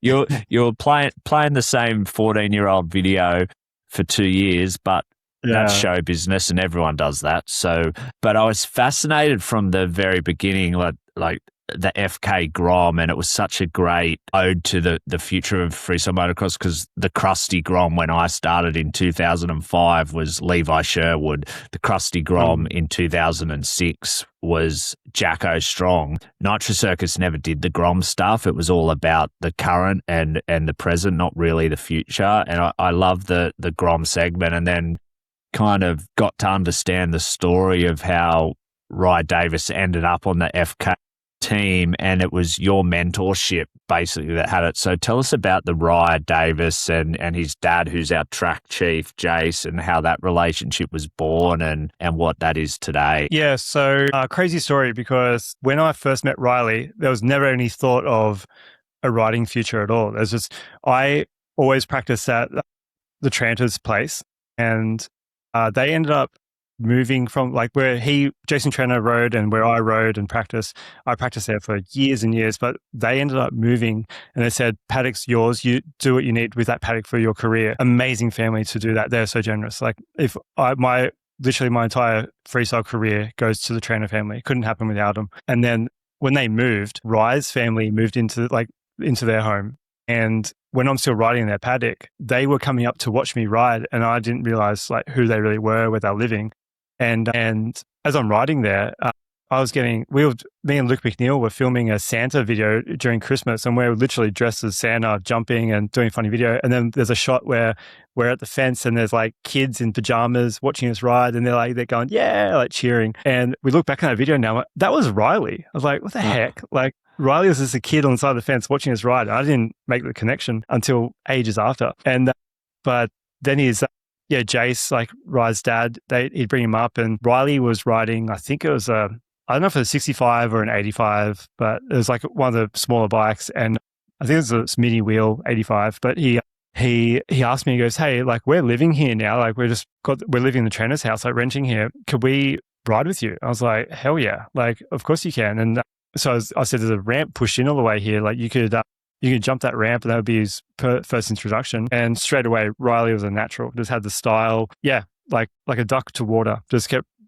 impressed everyone straight away. I think he was even doing like little no-handers on his first day. And how old is he? How old is he when he's doing this, you reckon? 11, 12, just a super young kid. But like I'll have some photos of him that young that I can put up on this as well. But he, yeah, my gosh, he was just like, I look at Jagger now and it reminds me of what Riley was, like just these little Jags, right? And anyway, as Riley was progressing, I was like trying to, I guided him so he could make no mistakes. Like I learned from my mistakes. He didn't have to make any mistakes. I just told him and he listened and he did it all. So then we went to the bigger ramp, the bigger landing, worked his way back. We got him on a Kawasaki, I think back then. And he was like doing like big tricks again. Like he was like like how the young kids on the 85 are doing like double grabs and huge tricks. It's like, whoa, like he's actually like, you can train some certain kids. Like I could get like a group of kids and out of that group of kids, there's only going to be one that listens to you and does like really well because of their drive and stuff. Riley's that kid. Like, I couldn't teach Riley the same things I taught him and he not have that drive. So that's quite unique in that sense. So it's just like, you can't make it far in the sport if you didn't have that passion, and he had it. But we went from, hey, I got Latrell in here. How are you? There you go. Nice to meet you. There you go. Good. Troll Mitt, how good. What a legend. No big deal, guys. Latrell Mitchell, South Sydney legend. We miss him in State of Origin for the Blues, but he's just popped in and said g'day to Lance Russell. So Lance is probably thinking, who the fuck is that? He's one of the absolute greats of the NRL. Yeah, We digress. That's a Nicky Films hook up there. He's like Nicky, who owns a studio. He works for Russell Crowe and stuff. So of course he's here. Yeah, So- he gravitated towards the green of the myrtle and green, but there's no myrtle.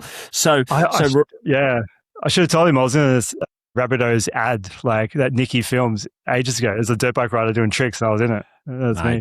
Don't say that because I'll kick you off the podcast being a Manly supporter. So whilst we got interrupted briefly by Trell Mitt, so you've got Riley you've got him back to 75 foot. He's about to make his debut in 2021 on the FK Tour. So your little apprentice. Yeah, sorry. I was going to say, before we even got into 75 foot, there's a whole journey there of like, he was on his 80. We did the whole transfer to like a 125, but he could not flip. Like his whole desire, like I remember we were saying to Josh, like, hey, can we get him on the show, like to do his first flip? And that was kind of like a drive early on when he's on his 80. And oh my gosh, to do that flip was like, flips are hard to learn. And Riley goes, man, like I said to him, you need to learn this now because it's hard now rather than being hard when you're older. Because I think I did a little bit late in life compared to these days when you look at Jags and Cruise. But like in my career, I was in like more so my 20s when I got locked down. But like I said to him, if you do it when you're 13, you'll be so far ahead. You have such a head start that you won't even realize like. Anyway, so that was a hard learning curve for him. And he actually, do you know what? He actually got to a point where he wasn't really enjoying the sport because the pressure he put on himself to do that flip was so hard. So that flip journey was super long. But yeah, get back to the stage that you're saying, we got Riley on 75 foot, eventually on the 125, and which is pretty wild because he's clicking third gear right before the ramp. It was just not enough run up for 125. So he's just like, that's a skill in itself. So he's like macking along, clicking third, doing his tricks that he was doing. And he's just so tiny on the bike too. Do you remember how he's just so little? And And anyway, I was like, we got him to Newcastle. We brought our super kicker from home and we're like, we said to him, hey, do you want to just do your first flip in the show and keep it like we can just, we can even pretend that you did your first flip in the show. And he goes, oh, I'd rather do it at home. I'm like, yeah, all right. Sounds good. Anyway, as fate would have it, he tried 2 flips at home, absolutely ate it on both of them, under-rotated, smashed himself. And then it's like, well, the actual show's tomorrow. And we put his bike back together, rocked up to the show and hadn't landed a flip. And so it's like, as fate would have it, it was all genuine, like as in like first flip, everything. And he was freaking out. And even his first straight jump on super kicker, loop out, land on his back wheel, nearly crash, and he's just like crumbling under pressure a bit. And then he just got in the zone, and Jacko went up to him before, like in the middle of the show when he's about to go for his first ever flip. Jacko just goes like, pretend it's to the foam, and he goes, okay, and went out and hucked his first super kicker backflip on 125, and he was just so small on that bike. I'm surprised he could muscle it around and landed it. And then that was his like intro to like every other show. Like, all right, well that's you now for every single show. So his whole show routine was, I think it was like 3 jumps and a super kicker flip, and that was it. That was his whole segment in the show. And now we fast forward, and I was trying to work out like how can we make you more involved in this show. And that was done we had the idea of doing tandem. I'm like, hey, you're pretty small, you're pretty light, let's start tandem and you can do a trick off the back of the bike and then that can include you more in the show. And he's like, yeah, it sounds awesome. So then I went to the effort, like building the bike, getting a frame built for it, and then getting suspension done, lots of testing. That took ages. And then we started doing tandem, but I'm like, man, like by the time like tandem came around and we started doing it, he is like a big dude. Like he's like what now, like 18? He was growing an inch a year since I've seen him. He's 6 foot now, just about. I know he's strong as he's heavier than me, and I'm like, and he's on the back, and like, so I remember like one of the times like when we had a bit of a break between doing tandem to like the next tour, we hadn't practiced it. And we rock up to Brisbane and I'm like, Rye gets on the back and the whole suspension just goes, like just sags in the back with his weight. I'm like, dude, like how are we going to do this? And like, anyway, our first jump, I'm not sure if you remember this in Brisbane, but first jump in practice, like went, shot us over the front. I bailed over the front of the bike and then Riley's still on the back of his tandem just sitting by himself going, what? And then when we full stack, I'm like tumbling. I'm like so worried about Rye. And I look over and he's fallen off the side of the landing down to the concrete and slid across the concrete. I'm like, here I am landing on this cushy airbag. Riley just copped the concrete. And I'm like, oh my gosh, I just killed Riley. And then he's like, no, I'm good. I'm like, sweet. And then we just literally jump back on the bike and do it again, which is nuts. And then I found out now with him being so heavy on the back, I'm going up the up ramp and instead of like leaning like with the bike like I always did, I have to like go up the up ramp and lean back and just like become like straighten my back right up just to keep the bike level. And that's what we do every jump now because he's so heavy. So like, and now with that small adjustment, like the stuff we're doing now is like what we're doing rider swaps. We're doing like he's doing rock solids off the back. We're flipping together. Just rock solid and you doing no hander. Is that terrifying every time you do it? Yeah, it's more so I have to trust that the bike can loop out vertically and Riley's going to bring it back with his hands because when he hangs off the back, like when you're on the bike by yourself, you're not actually on the bike when you feel the bike loop out for a trick. But when he's doing a grab trick, like a double grab, I'm on the front just going, oh my gosh, like it's just like vertical. And then just the motion of him bringing it back just brings it back level. So every time you have to tell yourself, like, just trust it's coming back, trust it's coming back. So obviously, like you got to have like the skill and to get used to being like having someone on the back to double, but then you have to, have the trust in the other rider. So I really can't say that you could trust another rider without the amount of practice we've had together. We know what to do, how to adjust in the air. Like he knows what to do to help me. And like between every single jump, we have like a way to like, he'll put his hand where his grab needs to go and go, all right, you just need to come back a little bit or forward a bit and be centered. I'm like, are your feet in the right spot? Like, yep.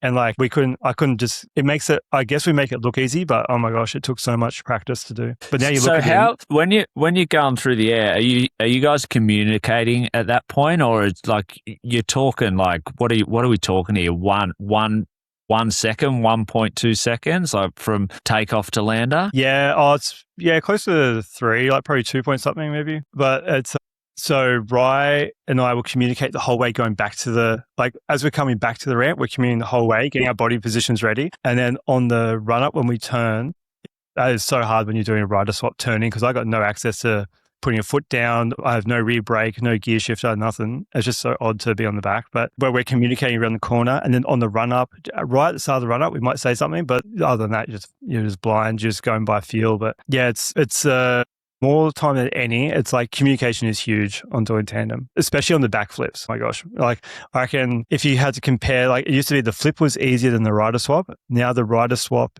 is like less communication than the backflip because the backflip is, because we're so heavy now, I'm having a real hard time like with like holding on. So in South Africa, I think you remember, we did in South Africa, I did a flip and my hand blew off the handlebar. So I'm doing like one-handed tandem flip, grab back on, and I think we crashed that. I was like, all right, next time I'm going full grip, like both hands, no finger on the clutch or anything. And then we went flip. Riley jumped off the back. And then we like over rotated as he jumped off. And then when I landed, I whiskey throttled. I couldn't hold the clutch in to stop the whiskey throttle. So I completely flipped the bike and landed on my ass, break my tailbone. And then I remember getting back up and going, oh my God, definitely broke my tailbone. And then just jumping on the bike and kept doing the whole show. But that was just like trying to work out the flip still. So like, and then after that, I guess I worked it out more and more. But like every trick we do is like terrifying. Like that's like once tandem's done in the show, it's like I can take a deep breath and go, okay, hard bit's over until I have to try a 360. But I had Clint on the last episode, and he talked about it similarly, whereby there's moments in the show that are terrifying, and the rest of the show is quote unquote kind of relaxing and easy and muscle memory and faith in the hard work and practice you've done over many years to perfect the craft. You've had a pretty wretched run the last, 18 months. You're at peak form, probably riding the best you ever have through 24 and 25. But this sport has a habit of biting people on the bum, whether they're in great form, poor form or just riding like they always ride. Let's talk about that toll. Like, there's obviously the physical toll of the injuries. What are you broken your leg twice this year, broken an ankle, the physical toll of those injuries, but the mental strength and resilience to come back and get back on the bike. Like, how do you process, like, the broken bones seem easy to heal, like is what I'm saying. You go to a doctor, you put in a cast, or you're told to rehab. What's a lot harder is the mental battle, I think, is fair to say. I think the mental battle even comes from like why you crash in the first place sometimes. So for me, I think every major injury I've had, for some reason, there's been an underlying reason why like I wasn't completely focused, whether it's being like too committed to work, like overworked. And so you look at, say, a rider that would do this like full time, or, you know, they can, you know, in the change rooms, they sit back and get in the zone, relax, don't have to think about anything. And where my mind would be on like, oh, we've got to get this ticketing post out, go get this social post, go get the schedule out, go post this. Oh, we're on the bike now, and oh, quick, go film this. And it's like, yeah, it's kind of like information overload, like for your brain. But I can pinpoint like this year with breaking legs was like, first one, I was just jumping in the wind, dropped a foot peg hit the back of my leg, and that was a snap tib and fib. I didn't even crash. Looked quite innocuous, right? It wasn't even a crash. No, it wasn't. I looked down my leg and my whole legs just swept backwards. I'm like, oh my gosh, this is right before tour. Like, I think the tour was starting in like 4 weeks or less. And then to come back, like I was in denial, like I could barely walk. My leg was aching so bad. Dad has a health scare at the moment. You know, like all this is playing on your mind. The feeling of like you're missing out on tour income. And then on this next tour, like at Gosford, my leg was just aching so much. The only way I can describe it is as I'm throwing a whip, I'm trying to squeeze my legs to hold onto the bike. My legs couldn't even squeeze. And it's like when you pick up like a hot plate, your natural reaction is like to let go, right? Like that, as I'm doing a whip, I'm trying to squeeze my legs, that hit of pain just makes you like, you know, I guess let go. And lost my legs flying through midair, and that one I was okay and got back up, as you famously captured on your phone as my iPhone filming skills. Yeah, taught you well. Speaking of apprenticeships, I mean, I'll just interject quickly there. That is by far the worst crash I've ever seen without someone getting seriously injured. We'll play it. I'll get my producer, me, to drop that clip. That is probably the best content I've ever captured, but the worst thing I've seen. And one of the things, Lance, you taught me, you've got to keep filming no matter what's going on. Just keep filming. Yep. So you go flying, like it's literally like you've hit an ejector seat. Yeah. So I'll probably say like, how does that even happen? But I'm like, no one even knows the story. I was riding like, what's that, like 6 weeks or less, or 7 weeks out from a severely broken leg after having like full surgery. Got 16 screws in there. And I was just like, yeah, when that happened, I got so lucky because I landed on my back and on my side. So I kind of barrel rolled out of it. And I was just like, airbags are like a double-edged sword, right? Like they can cause crashes and they can save you. So like I broke my leg in the first place because of an airbag. And then I had a huge crash and that saved me. I could walk away and I kept riding the show after a huge crash like that. But yeah, after that, I was so focused. I'm like, this can't happen again. So I went home, I'm practicing. I was doing whip after whip after whip. And then I just did the exact same thing. My legs just like an electric shock to my leg, and lost the bike mid-air again.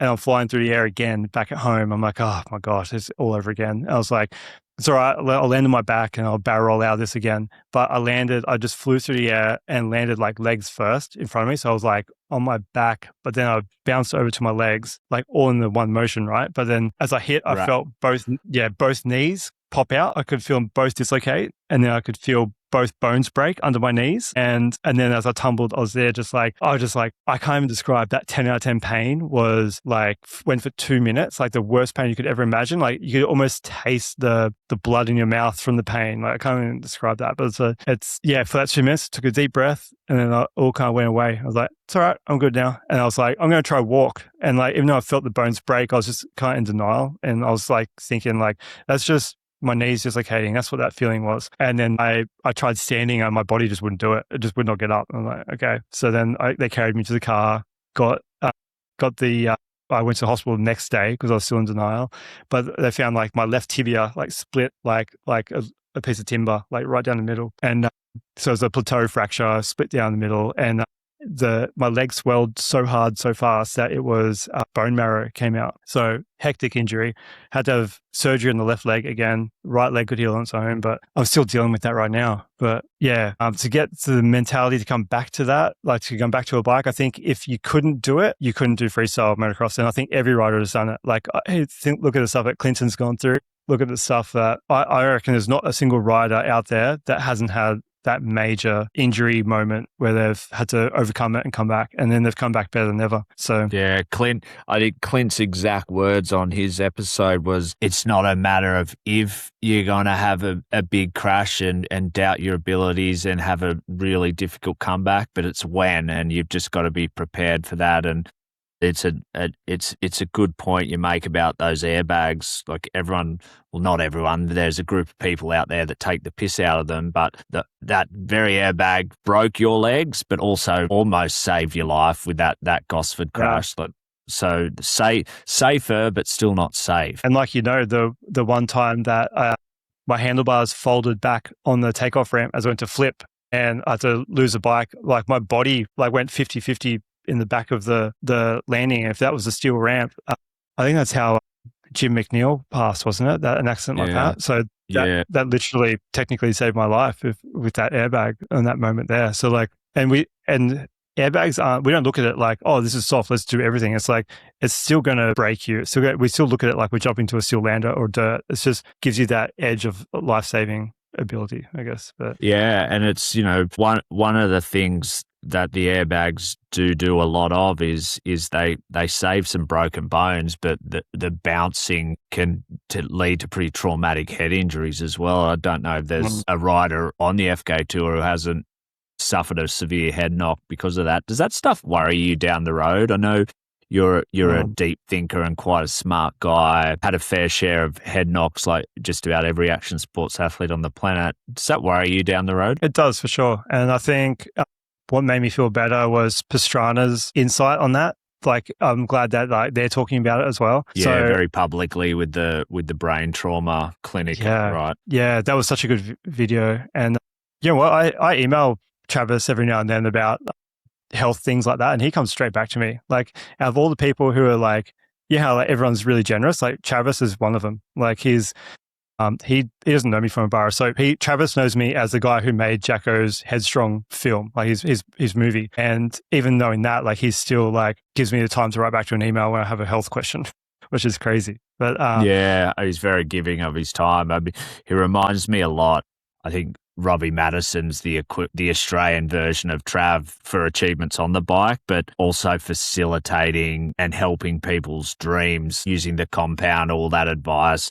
Must be a trip having Matto as one of your close friends, do you think? Like watching him, because he burst on the scene quite a few years before you, was doing all those world record attempts with Red Bull, and now you count him as one of your closest friends. Yeah, absolutely. He's so welcoming us into his home as well. And like, I remember as a kid wanting to do freestyle, never having the opportunity. I was doing club days racing, and then I have like mum with her horses was always going to the Royal Easter Show, and we went to the Easter Show, and this one year they had 2 landings going at once, and like they were doing circuit, and I had no idea this was going down, and I'm like, yeah, okay, we'll go to mum's like horse event. Didn't think anything of it. I just wanted to be in this freestyle world. I'm walking down this side alley, like amongst where the horse stables are, and this ute rolls past me with having no prior knowledge. And this ute rolls past me with Maddo driving, Bilko, Adam Jones, like all these massive names. I'm like, what the heck are they doing here? And my God. And then as Maddo driving, just looks over at me, gives me a head nod and a smile.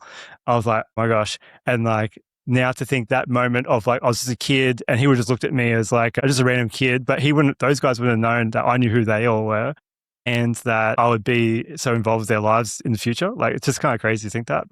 And with Bilko too, like me and Bilko went from being a fan to a close friend with Bilko and helping Bilko with media as much as I could. And, but yeah, that moment to watch him ride at those events is like, and then or go on with his full, Red Bull night of records and everything, just to jump on the Freestyle Kings show and look over and he's just jumping next to me is insane. And to be so close with his family and kids. It's just like, who would have thought? I could never have predicted it. It's one of the things I asked your mum. I think the question was, what makes you really proud about Lance's freestyle motocross career? And I thought her answer was really interesting. And it was, she said, Lance used to be a really shy kid and would always stand at the back of it, whatever it was. He wouldn't say much. And because Lance was that shy kid, he makes so much time for all the fans, all the kids in particular, sign every autograph.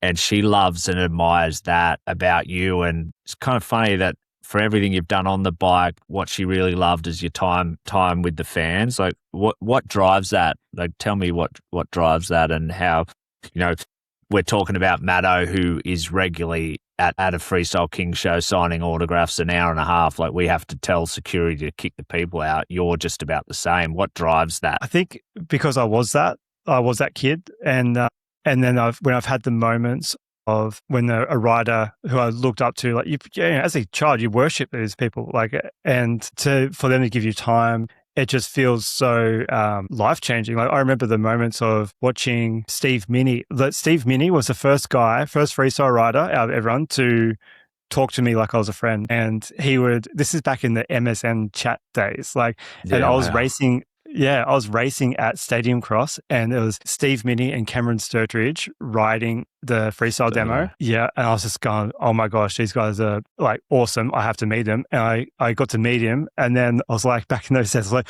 can I have your MSN chat? And then like, he, sure enough, gave it to me. I was just a little 80 racer, like a kid on 80, and he did. And like, even back then, he was helping me out and giving advice and chatting. And Maddie Mack was another one early on. Was like, I was never hit a ramp and hung out with Maddie, filming Maddie. Yeah, like it's but the feeling of like those guys being so nice, it made me realize like how it made me feel and what that feeling to go on someone else. And I don't think of myself as absolutely. I'm not a famous person. I'm not like on this any level as those guys were, anything like that. But to that kid, maybe they don't know the difference, or maybe they're just looking like they are genuine fans of Freestyle Kings and know who I am. So I just want to give them as much time as I can. I've heard a couple of different perspectives on this, and Robbie Maddison's take on it is, and I've asked him why do you spend so much time out there, is because he got brushed for an autograph when he was a kid by someone who I won't say, not an FMXer, and it stuck with him his whole life that he would never want to make any kid or adult feel that way. And then Travis Pastrana's perspective was, because he's the same, he'd stay for 2 hours, sign autographs after show. Everyone would be having beers in the locker room, and Trav's out there signing autographs. And his comment on it was, I know giving this person 30 seconds is a lifetime memory. What he does with that memory, I'm not sure, but I've changed a kid's life for the better with that interaction. And I think, Lance, that's what you do. And I think you're selling yourself a bit short, that these people don't know who you are, because if they don't know who you are at the time of signature, they're a fan straight after. So I tip my cap to you on that front. Thanks, Brownie. Yeah, it means a lot. Yeah. Mate, life after dirt bikes. So you've got some pretty strong passions. We've kind of talked about your social media work and your graphic designer work, but you love planes and you love space, and you know a lot about a lot of things. What does life after dirt bikes look like for Lance Russell? Like, I look at someone like, let's look at Jacko, for example. So Jacko's the Tom Cruise of FMX. He's done everything. He's got his helicopter license, his plane license. He's like absolute veteran. Like, I am the person who wants to go down that route for sure with flying. I think a few guys have done that Brody Carmichael might have done that. But it's obviously like, that's definitely a goal after riding. It's just, one, expensive, but two, it's just a passion. It's, how people look at cars and they go, oh, I love that Lamborghini. Like, I don't look at a car, even a motorcycle, to be honest. I don't look at bikes to look at bikes. Like, I look at bikes to ride them, but I look at aircraft and helicopters. I'm like, that's a nice helicopter. Like, I appreciate that engineering and the machinery. Like, I was like, yeah, nice. So that's my relation to flying. But yeah, I think I really want to get into just like hobby flying after my career, and primarily helicopters. And then, even dive into the film world again. But who knows where film will go with AI coming out, being so, advanced. But yeah, science and stuff. I can't believe we're going to be talking to Dr. Carl soon about the physics of motocross. I'm like, bring it on. I love it. Like, so how excited do you, like, so bit of color on this is where Dr. Carl, the legend that is Dr. Carl. Like anyone old enough will know, he's the mad scientist in Australia, was on Triple J for many years talking about how things work. He's got a TV show on the ABC, which I think is the second highest rating show on the channel. And they're coming to do a story on Freestyle Kings, how things work. And basically they're talking to Lance, Maddo and Adelberg about the science of flipping a dirt bike. When we told you that we needed you for this, what was your first thought? And I was just like, I'll volunteer all my time. I was like, this is the dream come true. But man, like I've been on a separate group chat without you in it with the producers, nonstop talking about every little detail they need to add. I'm like, you need to add this, you need slow-mo from this angle, and like just going overboard with it. So I've like dived deep into this. I love it. So you've essentially become the executive producer of Dr. Carl's How Things Work Dirt Bikes. Yeah. 100%. Yeah. That's cool. Hey, I'm going to hit you with some rapid fire questions to finish off today. And if we might stop and talk about stuff, we might not. Craziest place dirt bikes has ever taken you? Ooh, I reckon China. Like, even like we spoke about East Timor before, but China is like it's actually really good there. Like you never expect, you don't know what to expect when you go there, but it's like, it's so clean. The time we have there is so fun. And like the shows we do there are awesome. I reckon that has to be the most awesome place I've been to in terms of, I guess it's your company too, right? Like Clinton Moore's there and all these like awesome guys are there. But yeah, that was really like a cool experience to have that kind of culture shock of being in China. I liked it. Who's your favourite freestyle motocross rider when you were growing up before you became one? Travis Pastrana, for sure. I think I was watching his VHS tapes early on. There was like Revelation 199. I think anyone in our era would know that movie. I watched that religiously. And that pretty much shaped my idea of music and filmmaking now, was that Revelation 199 movie. So yeah, I've known about Travis since Crusty Demons 3. Early on. So great role model, right? Yeah, absolutely. Yeah, great friend of mine, and just he's done more for the sport of freestyle motocross than just about anyone in the history of the sport, I would say. When you started becoming a professional freestyle motocross rider, who was the rider you liked watching the most? Ooh, I think that's a really good question. It'd be between Robbie Maddison, Dane Kennard. I couldn't even pinpoint this. Like every single rider has their awesome point. So like I really liked Robbie's style when he's like the Porter airs I do today because of him. Like I saw him at X Fighters do a certain trick and he's Maddocopter. So like my riding style is really based off Robbie Maddison's. And then my riding style has transitioned from Robbie Maddison to me and now to Riley. Like Riley's got the same tricks as I do in terms of like the Maddocopter and stuff. And like you could literally take a photo of each of us from behind and it's like identical. And it's just purely like handed down from generation to generation, which is pretty cool to look at. That's mad. What do you think about dirt bikes at the White House the other week? I was all for it. I was like, that explains freedom. If you're going to show freedom, get the dirt bikes there. People were not happy about that, but I'm like, if you're going to have UFC there, you may as well have dirt bikes there. I think it was awesome. I think it was really good that they did that. And who they chose. I think it was a perfect lineup. I think it was like respecting all the OG guys, like Ricky Carmichael and stuff. Yeah, I thought it was.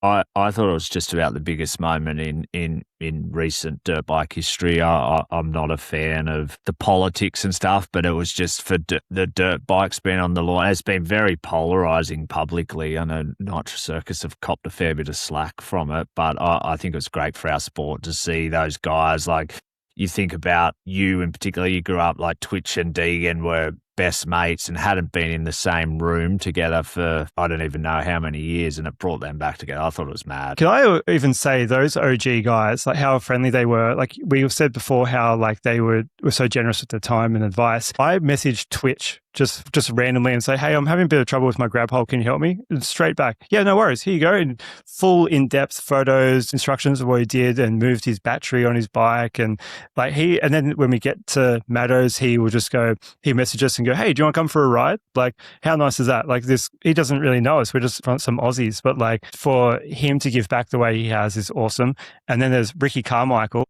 The time I spent with Ricky Carmichael, thanks to Adam Bailey with doing all the OzX stuff. I spent days with Ricky Carmichael and just as nice advice, nice time giving, like everything, and actually give such in-depth, like I had such in-depth conversations with him. He even taught me how to play poker and like just it's so cool to like, I used to play video games back in 2000, the Ricky, championship motocross featuring Ricky Carmichael. Like I was on PlayStation 1 playing that, and now I've hung out with Ricky Carmichael and it's gone, oh my gosh, like it's just like how like tight the community is. Like really shows like if you're just involved in like, if you want to be part of it, everyone's has open doors and Yeah. I've always explained to my friends, like all of these guys like you, Maddo, and whoever it might be, Travis Pastrana, like you're all just normal human beings like me, but you just have a superhero talent. I had a birthday party at my local pub, the Wharf Bar. Shout out to the Wharf Bar Manly, which is no longer. And Travis and a couple of the Nitro guys came along, and my mates couldn't believe how just like a regular, almost awkward guy he was. And then my wedding last year had Maddo and Bilko, Josh, Meggs, Clint Moore at the wedding. You stood me up, but I understand why.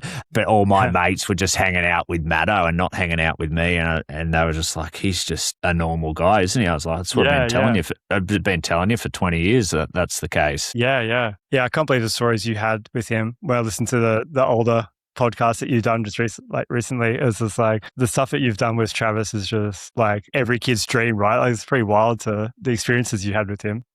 Yeah, a lot of it's not suitable for podcasts either. But yeah, it was so cool doing Race of Champions last year and getting to hang out with him. You talk about your experience with Ricky Carmichael. Like I spent a day with like Sebastian Vettel and Sebastian Loeb and Kurt Busch, all guys who just have a platform and a presence infinitely greater than most of the guys in our sport, and they were just the same. They were just regular folk. Like Sebastian Vettel, I thought was just so funny, and he's a 4 times Formula One world champion, I think, like one of the most famous and successful people in motorsport. He was just a regular dude who liked to drink and a good time. So yeah, but I did have a good time reconnecting with Trav because, I left Nitro under kind of not quick weird circuit. Yeah, quick. Yeah, it was the Band-Aid got ripped off very quick, and I a lot of people I never got to see again, and Trav was definitely one of them. So to do that Race of Champions with him last year was cool. But enough about me.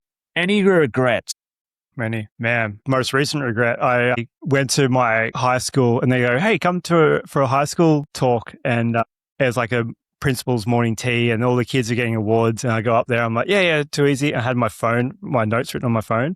And it was one of the days that, wherever it was, shit hit the fan work-wise for some reason. And I'm reading my notes and all our messages are coming through. It's like, Lance, we need you here. I'm like trying to like do this speech and like I just bombed in front of my old teachers and stuff. I'm like, oh my gosh, it was the most embarrassing moment ever. But that happened.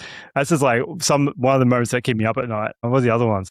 Oh my gosh, just crashes where I like clipped a fence at Gold Coast and the crowd were there. Oh my God, what else? So many moments where you're just like, oh my gosh, I wish I could turn back time. But any hardship I put anyone under, like obviously, man, I think it's too many to say, but I think everyone's got that, right? Like those moments that keep them up at night. But yeah, I've definitely failed more than I've won. That's for sure. That's not true. I mentioned it at the top of the episode that you break the traditional mold of freestyle motocross with the no tattoos, clean shaven, well dressed, articulate. You kind of tick all the boxes almost to be a suit more than a freestyle motocrosser. But the one that I find most admirable is you're not interested in the partying or the drinking. Why is that? It's not really a quick question, but doesn't appeal to you? No, like I think the other guys, like I said earlier, was all my friends. Like I was the worst rider out of all of my friends, and I think the only way I got here was through consistency and like obviously like hard work. But I'm not naturally talented. Where I look at like someone like Alderberg and those guys, like they work hard, but they also there's natural talent. And I always thought I don't really think I have that. And I think if I was drinking and partying, it would make me less of a rider than what I am. So if that's like, if it's going to make me 10% worse rider, I don't want to be that 10% worse. So I can easily put the drinking and partying aside to just focus on riding. And that's literally what I do. It's not like, I'm not against it. People can do whatever. Like it doesn't bother me. For me, it's not my thing. Yeah, and you still come out to all the after parties and the pub nights and just chill on your waters. Yeah. It's actually so nice. I've trying to think of the times you've done it. I'm pretty sure where yeah, you did it at this one party was like going off and it was kind of like frowned upon if you didn't have a drink. And then you, out of all the crowd, came up to me and go, here you go, mate. And you just gave me water. And you went to all this effort to get me water. And it looked like I just had a drink and I didn't get bothered once. And it's just like, it's like a fancy water. Like, I'm like, thank you, Brownie. Like, yeah, Oh, you I always told look everyone after it was vodka. me. Yeah, But that's right. But to be fair, I did bully you into sculling a beer at the end of Tour Awards, which is, I did. kind of turn into a man possessed, and anyone who gets in my sights gets bullied. But that's my Yeah. that's my love language, making fun of people. Yeah. Lance, You had I had my first beer because of you. you sculled your first beer. Lance Russell, you truly are one of one, mate. You're such a great person. You're a phenomenal rider on the dirt bike, but I think what you bring off the dirt bike is what really makes you great. You're all things to all people. I love how your mum and dad talk about you, and that's really how everyone talks about you. Your career, still a lot left in the tank, and really proud to call you a friend. Lance, as we close today's episode, I want you to leave us with a nugget of wisdom. And what would you give advice-wise for an aspiring, up-and-coming freestyle motocross or general action sports athlete? So I think consistency is the key to success. So you don't have to be the best at it. Just if you don't give up, like literally just never give up, you'll achieve it. No matter what it is, no matter how many times you fail, just keep going. And the next one is take it slow in terms of with riding. Don't put a time limit on things. I don't rush things because that's where injuries come from. If you take your time and focus on what you're doing without the rushing, you'll have an injury-free career. So that's where all my mistakes were from rushing. It's So a yeah, nice little great. nugget. Lance, absolute pleasure doing this with you today. It's really cool on a personal level. You're a great friend of mine and admire what you do on the bike, but also admire you greatly off the bike. Your mum and dad, amazing humans, and they created two very special humans themselves. So Lance, thank you for spending a couple hours on Behind the Bars podcast, and we'll let the audience vote. I would like to have you back in the seat as a co-host down the road, and maybe we get a Trans or one of those old school underground guys and do an episode of those early 2000s. Lance Russell, you're a gem of a human being, mate. So thank you for being here today and sharing your life with us. I know some of it was tricky, but you're a great human being. And I love you very much. Thanks, Brownie. Love you too, mate. All Thanks right. for having me. I think Freestyle Kings has been so important to me because I'm a dad now, and I wouldn't call myself a mentor on the tour, but more of a big brother type figure, and try and have people learn from the mistakes I made, away from the live events and doing dumb stuff. But I'm a dad now, and, that's my priority and that's my purpose. And I got to do a hometown show where I live now in Coffs Harbour and experience my girls really coming to see what I do for the first time at an age. They'd been to a show a couple of years earlier. And Mackenzie still talks about Green Bike Lance and the opportunity you gave for her to sit on your bike. And I get goosebumps thinking about it because it was such a special moment to see my girls enjoy what has been such a big part of my life. And it really goes back to you doing what you do for fans, but also doing what you did for my daughter. You tried to do it for both daughters, to be fair, but Isla wanted nothing to do with it. But I was just, I think about career highlights, and 4 months after that show, every motorbike we drive past on the Pacific Highway, they still say, "Is that one of your motorbike guys?" It's just, yeah, it's not even really a question. I just wanted to say thank you for that experience, because that you talk about core memories, and Mackenzie is almost 5 now, and she will remember that moment on your dirt bike, revving the bike for the rest of her life. So glad. And I back at you. I can't thank you enough for the time you have to spend away from them for us. I know you do it for us, and I know it's your job, but man, the love and effort you go to for us is definitely recognized. And yeah, I'm so glad I could make that day special for them. Just a little thing of jump on the bike and start it themselves, and they're so special. But yeah, thanks, it's mad, Brandon. man. It's so nice to think about. Yeah, it's cool. I describe it as in Nitro Circus days, I used to count the days till a tour started. Freestyle Kings days, I count the days till it's over. I enjoy Freestyle Kings more because of my seniority, but I have something far more important at home. In Nitro Circus, I was just very self-sufficient. I was an army of one, didn't give a shit about anyone or anything. But yeah, to share that and see that happen, and that helps me at home because they understand a bit more about what I do, and it's hard being away and it's not forever, but still do enjoy it. So, and it's people like you that make me keep coming back for more. Yep, that's the plan. No, thanks, Brownie. It's yeah, I can't wait to do plenty more of them with you and bring your family along to more as well.